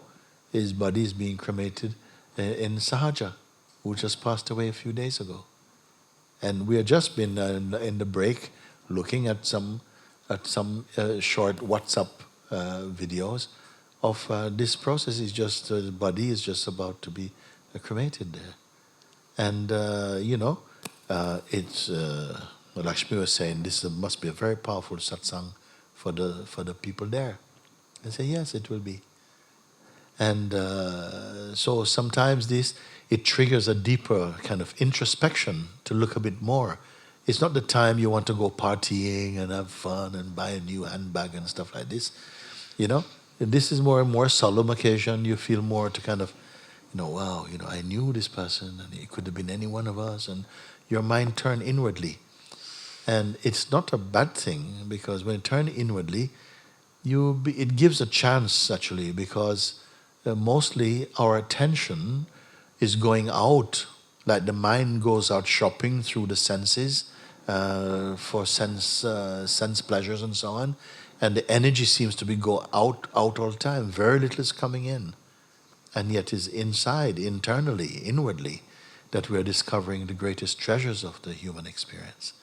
So these things they do. I mean, in your case, you say some painful experiences help you to go more deeply into your own being. It may be, in your case, you may say that it triggered a more creative expression in some way, but for someone else, it may have gone even further. They may be willing to give up a lot of things which they felt, this is just clutter in my life. I need to be more simple or something, you see. So these energies are acting upon life all the time for many people in varying degrees. There are some people who seem to just have that deep yearning, and they have a sense that, all this is not going anywhere. I've done this, I've been around. Young people even, increasingly, who are coming and looking and saying, well, no, I just want to go more into, what is behind this kind of facade of this person mind, because I know that, here I'm very peaceful. They're speaking very intelligently, very mature in their contemplations. You see? So I hinted at some of these things because there are many things that happen in life. It could just be something more gentle, like reading a book or watching a good movie that triggered a deeper curiosity about, wow, there's, these things can happen, or watching a documentary, or having an operation or something. There are so many things. They need not be traumatic. It can just be an invitation, a soft invitation, or simply meeting someone who has such a profound impact on upon you just through their presence. And something inside just goes, yes, I want to be more like this. So I cannot limit it to any particular model. It is happening for all of us all the time. We are surrounded by opportunities and impressions to go more deeply into the self. But for a while, we seem totally blind. But at a certain point, something is triggered into a kind of curiosity and opening, and quickly we begin to blossom inside that seeing. It can really turn in such in a moment, actually. You see?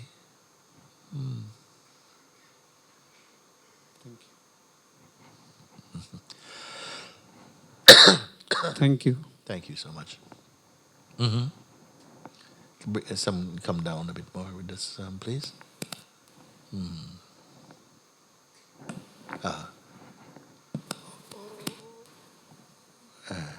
Okay, we'll come back to you. We come. Okay. Um,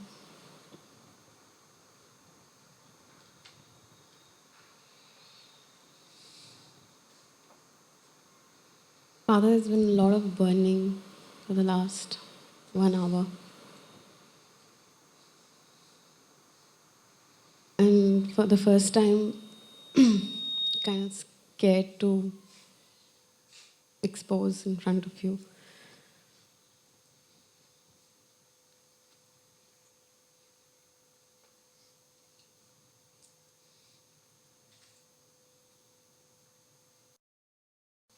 So the whole belly has been burning, and I could not hear one because the whole concentration was here. Ever since the first lady spoke about body consciousness and the attachment, and just seen here the attachment to body, which somewhere has been suppressed or not looked into, because every time getting it into inquiry has become a very mental experience. And so there's identification with, in fact, somehow sitting here, there's a lot of physical discomfort, which I experienced the last 2 days also, and a lot of resistance to even come here, and even to raise up this hand. But it's just getting impossible to sit here because the burning is really intense. You should say, thank you for this burning, rather than suffer it. I think maybe we've been thinking too much about this, try to figure things out in your head. But this burning is not like other burning. This burning is like the fire of the self itself. And offer yourself up to that. Just say, okay, I mean, it's an easy route because you don't have to itemize things, It's like you go for an operation and they put you to sleep somehow and they do all this work and you have no idea about it. You simply wake up and after this and they give you some drinks and let you rest. Suppose you have to do it with your eyes open and everything, pull out your kidneys and stuff, stitch up all this stuff. In a sense, you are being given an easy way. Something is burning, some notions that you may have, you may feel challenged and so on. Offer it up. Just say, okay, something is happening here. I don't have to give it to my mind. Because the mind would love to receive and say, yeah, this is what's happening. But you simply just say, I offer up my existence to existence itself. You see? And welcome whatever it is that will raise my consciousness and bring me into your heart. So this is good attitude. But don't feel sorry for your person. Be thankful and say, thank you for this existence. Thank you for my senses and the mind and so on. Show me how to use my mind well. Or whatever. But come intelligently about it. You see? Because I know this fire, it is a good fire. I felt many times this. And I feel, yes, it's okay, just be offered to this. If there is any resistance, it will feel like it's burning intensely. You see? If you're saying, I want to salvage this, but don't burn this, and so on. But it's such a beautiful opportunity from life to say, just offer up, and trust that it will be for your good, for the good. So beautiful. That would be my encouragement. It may not be the same for everybody, but that would be my encouragement because I know this fire. There are many people waiting to be on fire. They've practiced spirituality, have studied books for many, many years, but they never got the fire.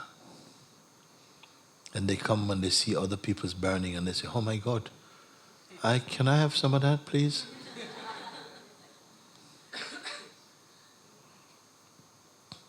So in this fire, don't want to come out. You see? Drink some petrol. You feel very nice and everything. Much quick, nice big foam. And something wants to run, of course. That thing that you feel you want to run away with this thing. But you should want to run away from this thing. You want to run away to protect this thing. But the very thing you're running away with is the thing you should be running away from him. No, I don't want him. Join him in the fire. Be courageous about it. You see? Just offering everything here. Just offering everything here to be burned. Yes, it is good. Offer everything up. So, I'm so happy. You're so lucky.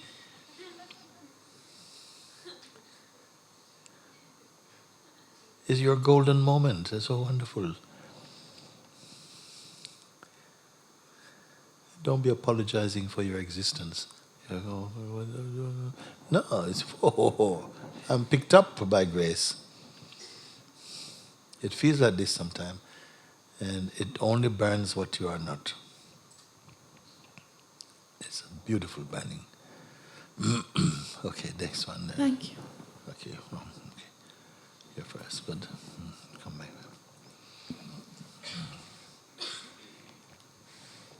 Namaste, thank you. Namaste. Recent events have caused me to deeply look inside, and I wanted to thank the Sangha for that. It's been very strong, because for a few months it was very quiet and I was starting to wonder, everybody's going through stuff, but Here it's quiet, la-di-da, do-di-do. So then it suddenly came with full force, and it was very painful, and through the introspection that you guided me to, I went into it pretty much like you've been talking right now. Yes. And I could clearly see that it was just pain that relates to fear. And when I introspected the fear and pinpointed it, it was just fear of rejecting or being rejected, separation, abandonment. And when I went deeper into that, I could see it wasn't actual. It was just like a facade of fear that is on top, which is completely false. It's just hanging there like a cloud. And at the same time, this person, here, me, was holding on to that and protecting it. And when I saw that in that moment, I was like, oh my God, what an idiot, you know, what an idiot. It's so simple. And just this holding something that wasn't real. And now saying this, of course, it sounds like, yeah, okay, da-da-da, but it's clarified something for me, and I can see it further from a more distance. It doesn't mean it's completely disappeared, that kind of fear and that emotional stuff. It just feels like, wow, I can look at it better, and I'm very grateful for the opportunity to the Sangha, Lakshmi and Krishna Bai and Shri and Mira and you, Hari Om. Thank you so much for that. Very good. Yeah, and at the same time, it felt like my heart was being pulled out like this, like. And I saw a picture of one man. He was being chiseled into the heart, and the guy was screaming. And I thought, man, that's a nasty picture. And then my brother-in-law said, no, but you have to read the quote. It's a Rumi quote. And it's something like, you have to break your heart so that it can open. And I just was like, wow, how's that possible? I don't know. So, yeah, just amazing grace, and I'm just feel so blessed to be here, and I feel very carried also. And like Papaji said many times, the rug gets pulled, and I'm very happy that my rug got pulled. Very Thank good. you. Very good, very good.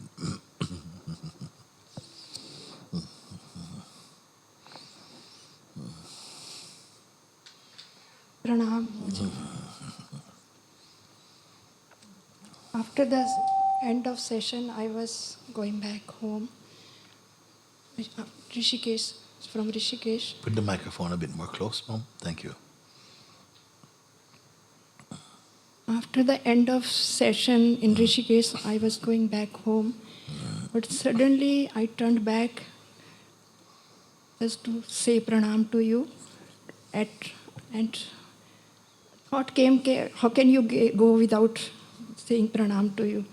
But suddenly a picture of you came in the air and just went into my heart. And I came to your residence, but there was none to whom I guess could say, I want to say pranam. But that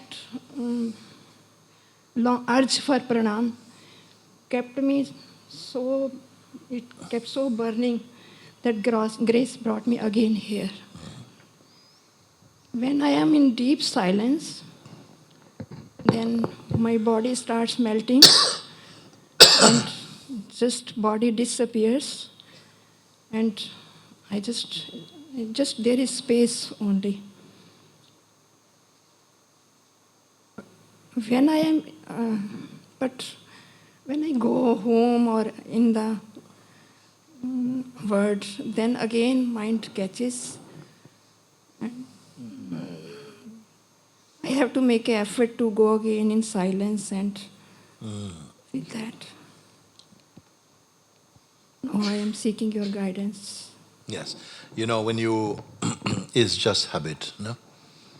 if your name is John, you're born in England, grew up in England, if you go to France, do your name change from John to Joanne or something? No, it's the same. Wherever you go, it's the same name. Upside down, what's your name? John. Whatever it is, it doesn't change. But there's a feeling that when you hear in satsang, you feel you're established in consciousness. But when you go home, why should it matter when you go out? Why should it matter? Because something in the mind is saying that matters. When you go out, then somehow the mind comes. Why? It's a completely different thing altogether, you see? Why it should come when you go out? This is why sometimes the people say, yes, when I'm here, everything is fine, shanti shanti, I'm in the heart and everything. When I go out, as soon as I go out, then I find the mind comes. I say, okay, go now. Go now and see when you're walking, you stay in here and see when you arrived there. Okay? Just keep going. Say, right, I'm here, now I'm there. No, you're always here. Doesn't matter where you go.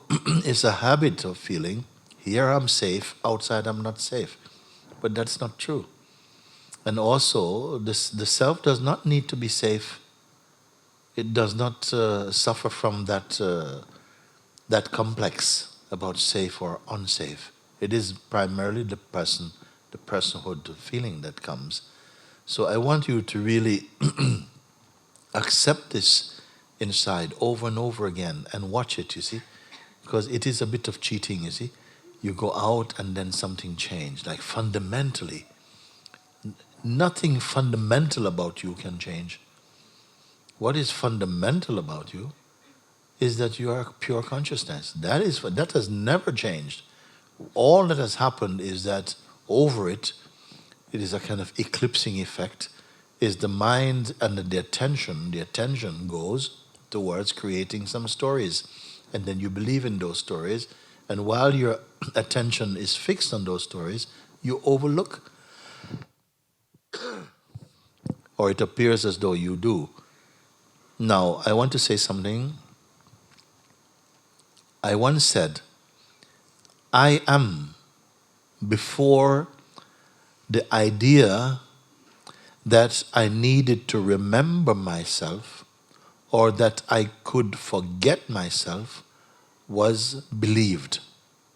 I am. Before the idea that I could forget myself or that I needed to remember myself was believed. Which means this consciousness is consistently here. Everything else is moving. Everything else is going. This is the truth. But we came to think that consciousness, you have to remember that you are consciousness. But the very fact you are alive is synonymous with consciousness. The fact that you exist means I am consciousness. To then say, yes, but I need to be aware that I am conscious, it was a bad habit that came in with the belief that I'm the person. When you believed you are the person, then you came into the mode of remembering and forgetting that you are consciousness. But for the consciousness, no such thing has really happened. The pure consciousness. It's only for the person, the mind, that feels, yes, I need to remember that I am this. It is the mind person that suffers from remembering and forgetting of consciousness. The whole mind field is a field of illusions and delusions anyway. I don't know if you find any of this what I'm speaking now useful, but really it's right at the heart of this great deception that we must all experience for a while and wake up to the truth. Because it's going to be so joyful, this discovery, that you were never ever not the self. You have always been the self and you will ever be the self. But because life is experience, whatever you believe into existence and it becomes your experience. But it is not a truth. everyone believes something about themselves is not true. In fact, we believe many things about ourselves, not true. And we carry around this belief, yes, I'm like this, or yeah, I like this, and so on, so. But it's not truth, it's just something we made up. We imagined it. And that is overlaid on top of the perfect truth. But something is not, we're not attracted to that perfect truth while we are in the mode of a person. The mode of the person is not immediately attracted to its source, which is the self.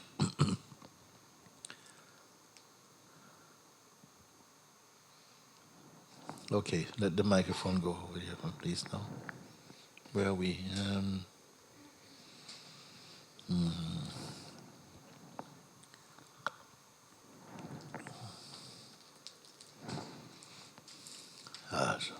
Namaste, Guruji.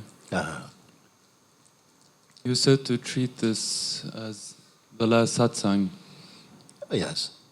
Yes, and for always giving us all the advice, and I really don't know what to ask. Because you're constantly telling us and pointing to us. Why is it that it is not picked up? We don't suffer enough? We're too stupid? Or what is it that stops? Maybe someone can help me because I'm trying to figure it out. Conditioning. That's a very good answer. That conditioning is the reason why we are not able to really make use of, because you all came here, we didn't drag you off the street, you came even through some strenuous situations to come here to Lucknow, in the heat of Lucknow. For what? Because some impulse in you wants to come here for freedom, I think. Unless we have another thing, I don't know. Having said that, what can prevent you? There's a saying, if you wish to be happy, nobody can stop you from being happy. I add to that, if you wish to be free, nobody can stop you. So what is the difficulty that we are experiencing? It is good to analyze it, maybe.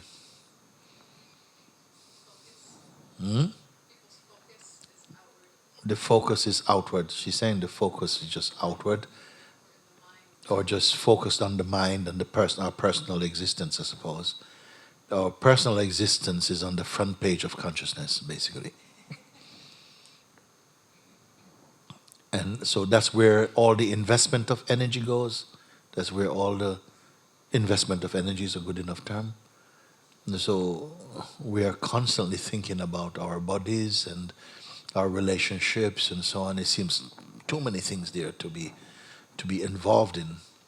We should not even be bored at all. We have so much stuff available for our attention and so on to in the playground of consciousness, in the theater of consciousness. We have so many things. Then why are you here? Why all these toys of the mind have not satisfied you enough? Or you want now, you've had all the earthly toys, now you want heavenly toys. I don't know.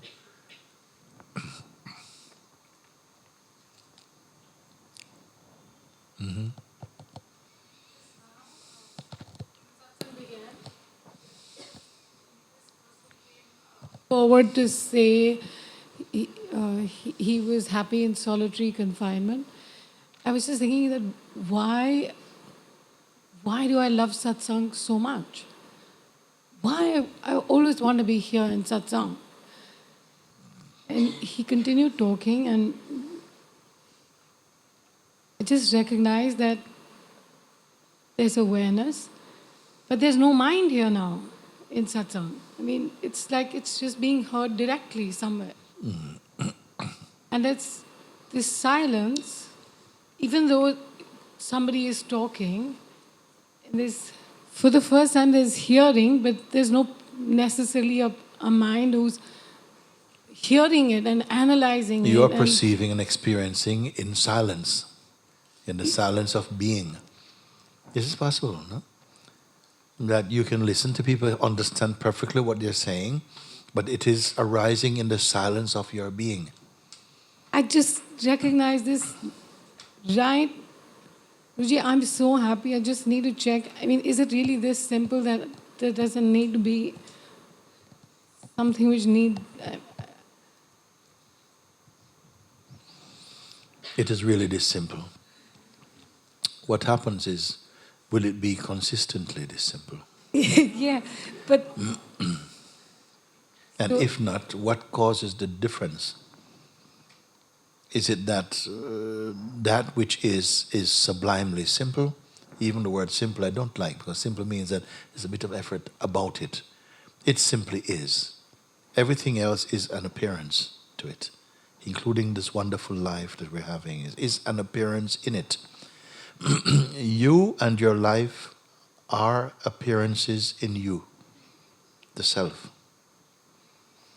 But we are so much fascinated by the appearances that our root self is largely overlooked. We are so much in the mode of consuming and fix and enjoy, and we are so fascinated by experiencing. We totally are addicted to experiencing. That the root of experience, we are not so interested in. The fun or the dynamic of experience, we are totally invested in that.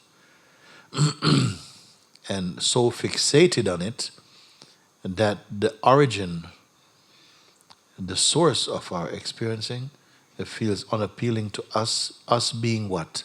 The consciousness that has adopted the person as its location.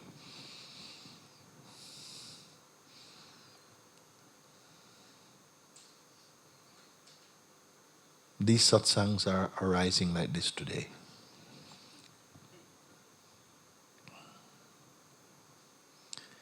And also, sometimes we love the journey of, we love the journey of spirituality more than the destination.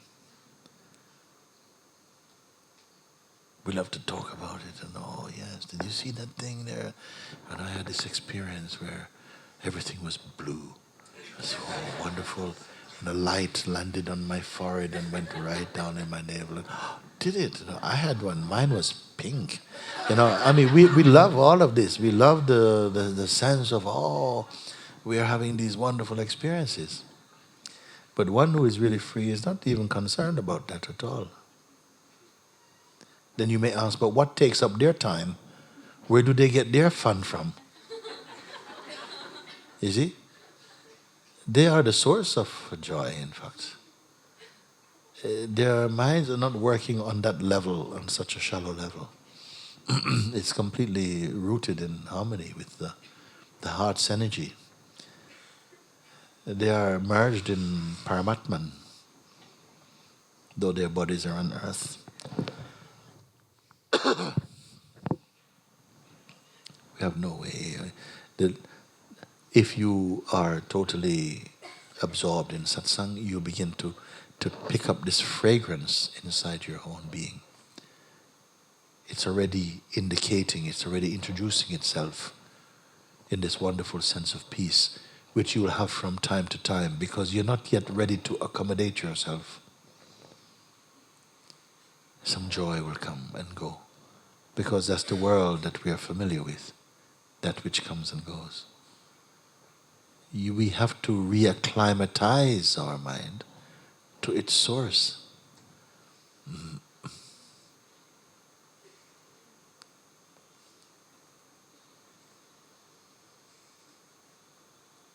And so if there's too much controversy inside us, if there's too much noise, we are not able to assimilate or to be in oneness with that inner silence yet. the mind is much too restless. This is why the performance or mantra japa or bhajans or pilgrimage helps to pacify and subdue the restless energies of the mind, to bring it down to meet that plateau of pure silence and being. When it's sufficiently landed in the realm of beingness, you will assimilate the things I'm saying totally easily and with great joy. But while we still have the noise, this strong play of duality in the mind, you may not even find it easy to hear me even physically, because something is in resistance, and we are supporting that resistance at least at a subconscious level. You see? Yes, please.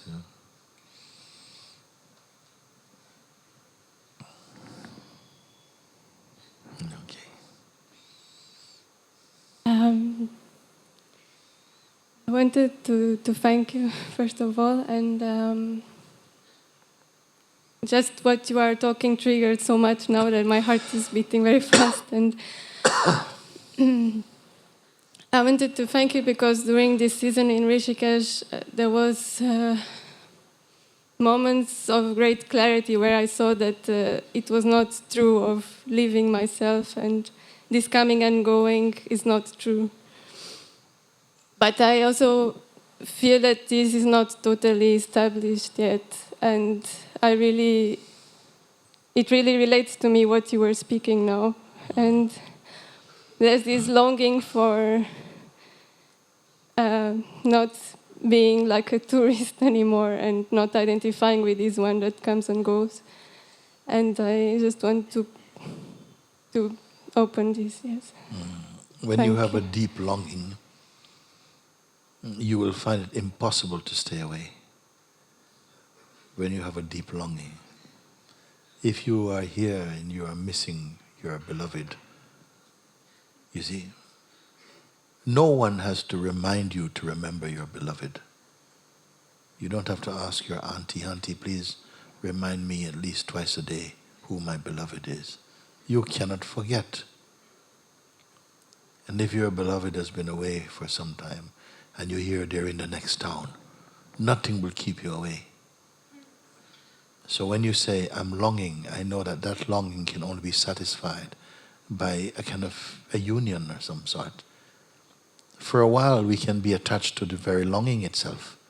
We love the longing. I wonder if we love the longing too much, maybe you can't cope with the actuality of meeting. But you say, yes, I see. Yes, I have this longing to just be free from this. But the longing itself ebbs and flows. Sometimes it's burning hot, another time it's cool, like that. So I call all that phenomenal. You see? There's something that is not a longing, is no distance, you see.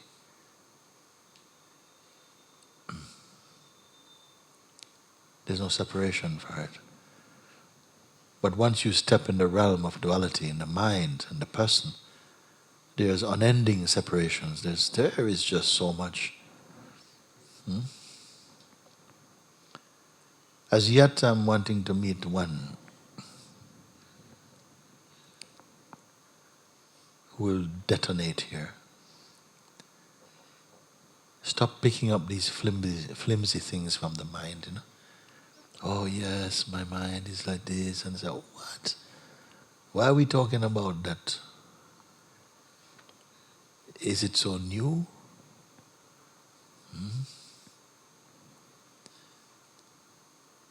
Will I come back in 6 months if I don't see you and you'll be saying the same thing? Muji, how can I find the self?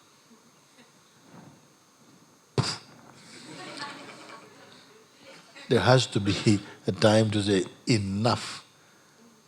When we have time, or we have the sense that we have time, we waste time. But when you don't have time, you make use of time.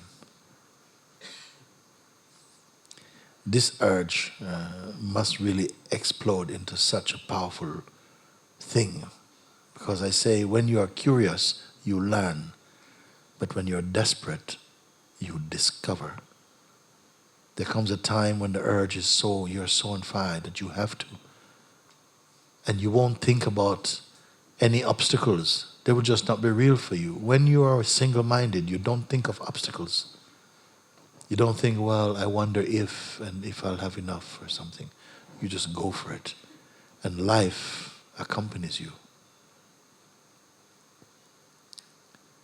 We want the whole world, but we offer so little of ourselves to find the thing you say you love so much.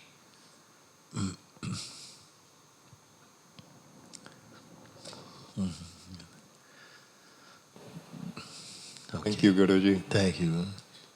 I wanted to share my confirmation of what I've been experiencing following your pointing. Yes, please. It seems that everything you're saying is true.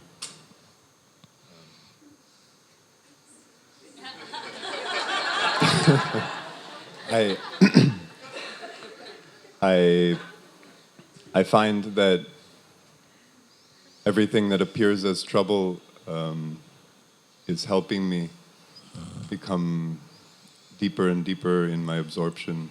Yes. I find also that every day more and more things reveal themselves as only phenomenal. In fact, I can't find anything that's not phenomenal that appears to me. I also feel less and less separation from you or whatever it is that I've projected onto you in these weeks. And I feel also less and less separation in general from people that I love or what I saw before as objects of my love. Yes.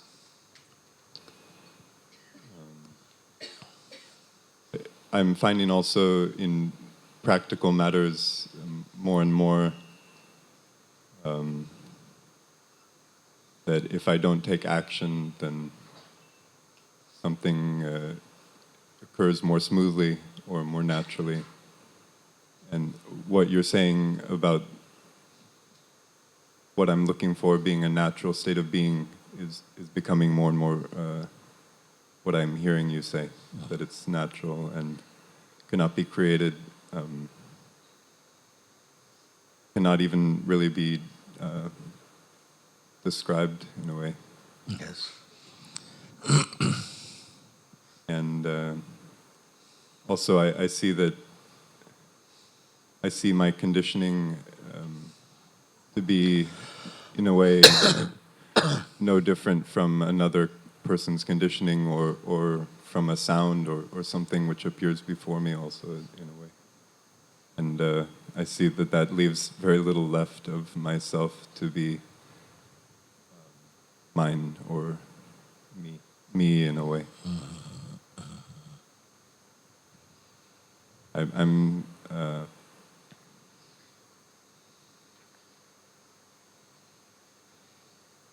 I'm very happy about all of this. Thank you. Yes, and naturally you're happy. Yes, even I find I'm very happy, and then I notice that my body, which I took to be myself before, perhaps doesn't have the appearance of happiness, or in some way, before I've spent so much of my life worrying about what my body is registering, and then somehow that it's different from what I'm truly feeling in my heart, that I'm through your pointing, I've realized that I've always been happy, actually. I love that, you see. Because sometimes I say we're all happy, but we think we're miserable or something. Or we have something to do to become happy or so on. And it's very natural to be happy. It's very unnatural to be miserable, actually. It seems to be normal. But it is not natural for a living being whose origin is the supreme being to be just miserable and whinging all the time. So it is very delightful to hear someone saying like that I realize that I've always really been happy, and I'm coming more and more to see and relish this happiness. I see also that I've entertained this misery often in an attempt to fit in a way. Yes. And so even now I have less and less concern about how I appear both to myself and to others, because it's the same appearance and it's in both ways. Yes. In both cases, it's not relevant. Yeah. I realized the other day even that if everyone in the world thought that I was miserable my whole life and I was all alone, but I was in peace in myself, this would be okay. Very good. Even, yeah. Thank you. Thank you. Okay. We'll end for today like this. Tomorrow you come, if it happens. Like it's the last time you're going to see me. And let me hear what you have to say tomorrow as well. Sometimes we have to be driven to get the best out of ourselves. You cannot have awakening on your own terms. It has to be that somehow you come into it and be willing to say, yes, this is not, I'm willing to look at this on truth or something. Or to come and to follow the pointing and to follow it directly, because it's direct enough. I don't have 4 pages of things to give you.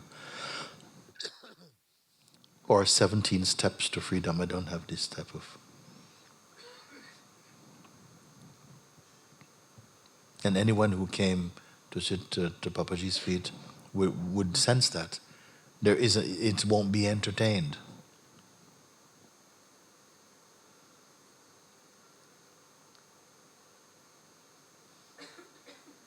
Because it goes nowhere. This.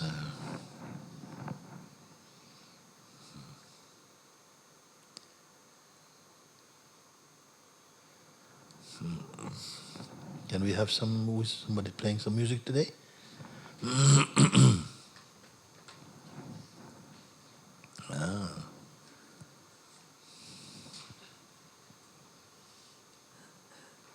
For me, it's a marvelous opportunity to sit in such a, what you may say, intimate space. Then to get the most out of it.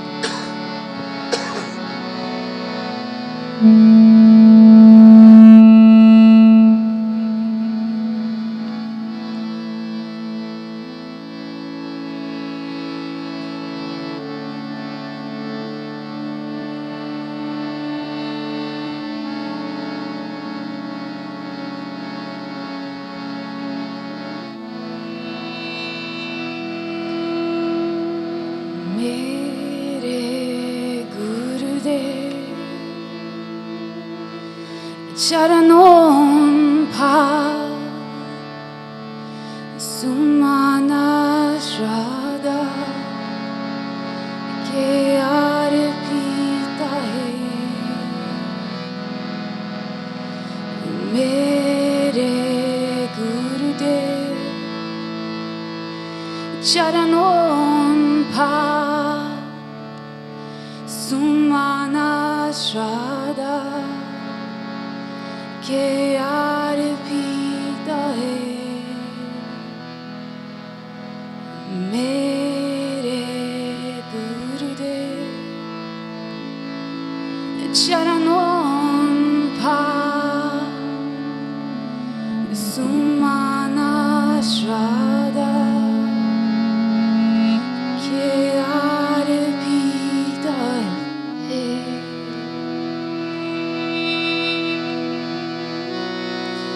प्रीति है प्रतीति है नहीं पूजा की शक्ति है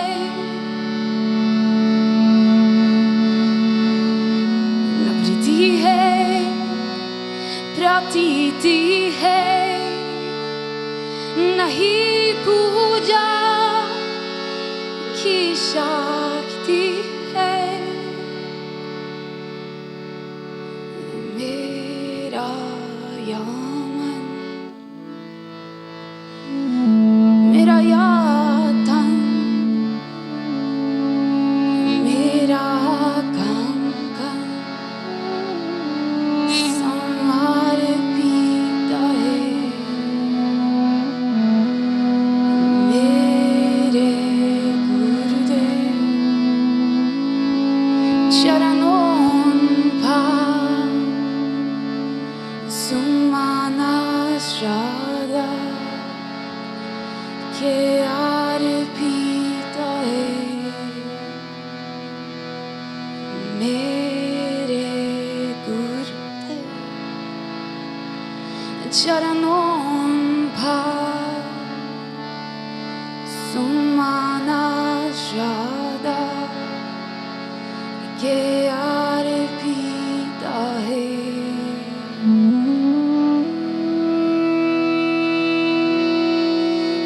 ही हो बाबा में मेरे विचारों में पुकारों में तुम ही हो बाबा में मेरे विचारों में पुकारों बना ले यंत्र अब मुझको मेरे सर्वत्र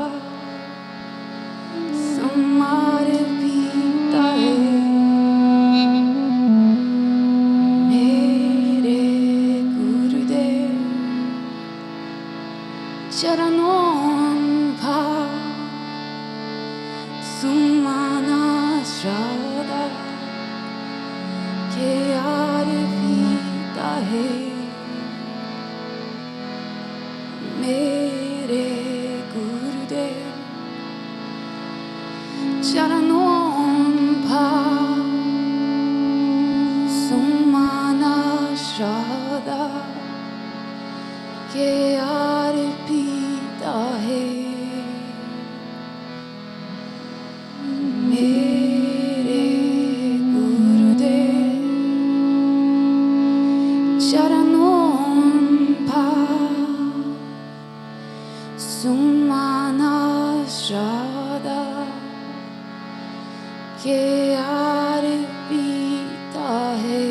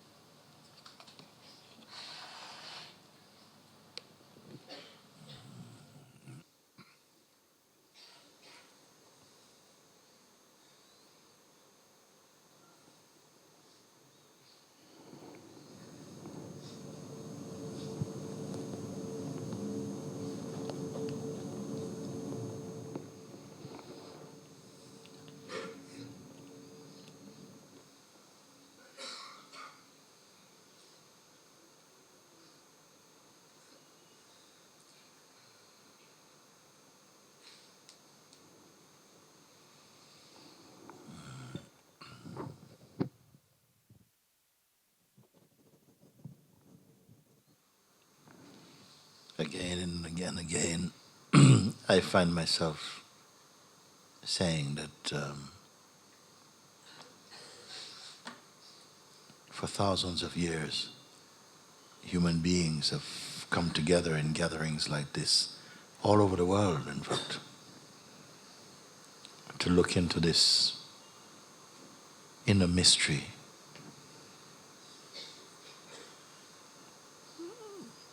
With questions as to who we are, what is our origin, what is our purpose in being here.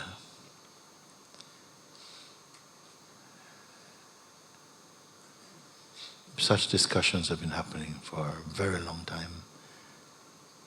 Many have come and, just like ourselves sitting here, contemplating, introspecting, inquiring into the nature of the self, have found your answers, have discovered the timeless. And their bodies are not here with us anymore. They have taken flight. But it's now our turn.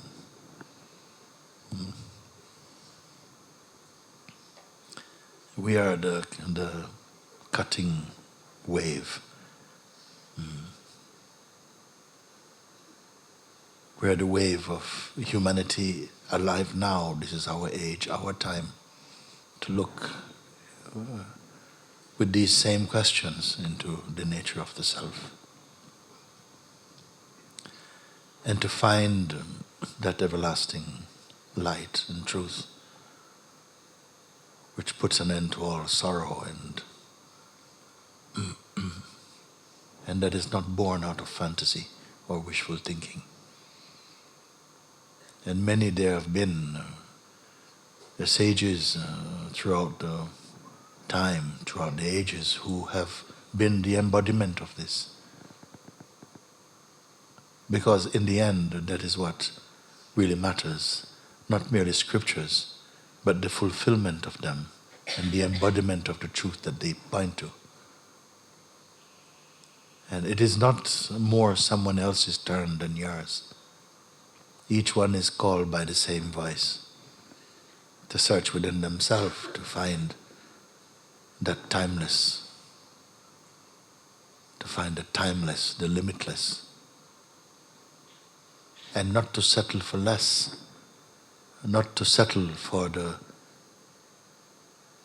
transient gifts of the mind, but to go beyond the surface, not to curse the mind, and never to curse life, and never to curse other expressions of loving God, but to search in the way that comes to you, that is in harmony with your own being, and find that truth, awaken to the eternal within yourself. The world was never at any time without this light. It was always in the world.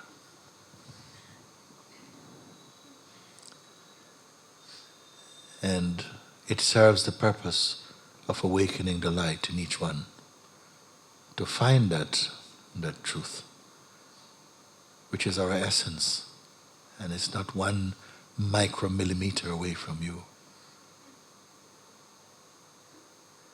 That there's no distance to the self, except perhaps the distance of a thought. So again and again you are reminded and invited to sit afresh each moment and open your hearts fully. If it is your calling, then be sure that grace supports your seeing. Come to this fire, open, willing. It is not really up to you of such to be ready. It is God who makes you ready. But it is God who calls you.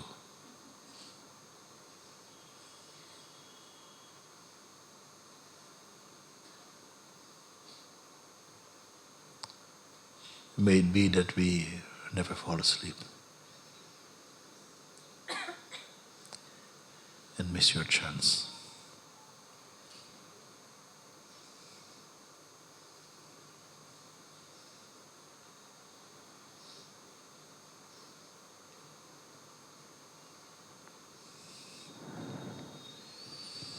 Thank you.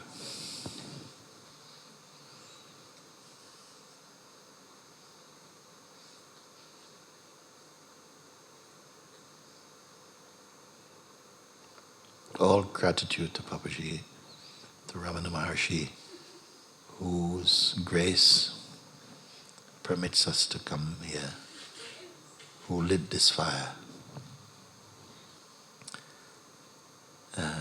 stirred this fire inside the hearts of those who came here, this holy place, in search of the freedom that he found.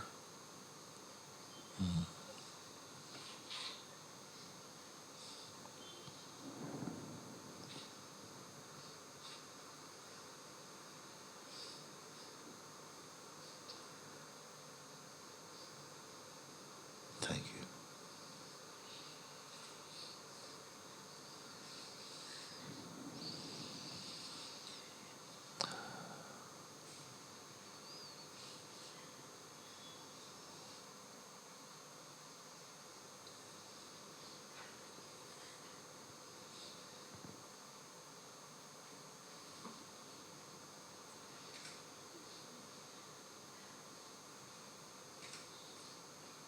I've never been able to look, I'm not able to look at one of you and say you're not the self.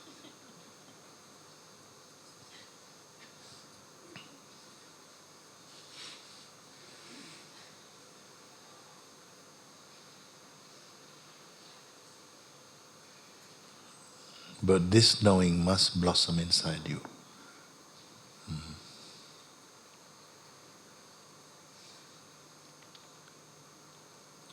To find the one who never sleeps.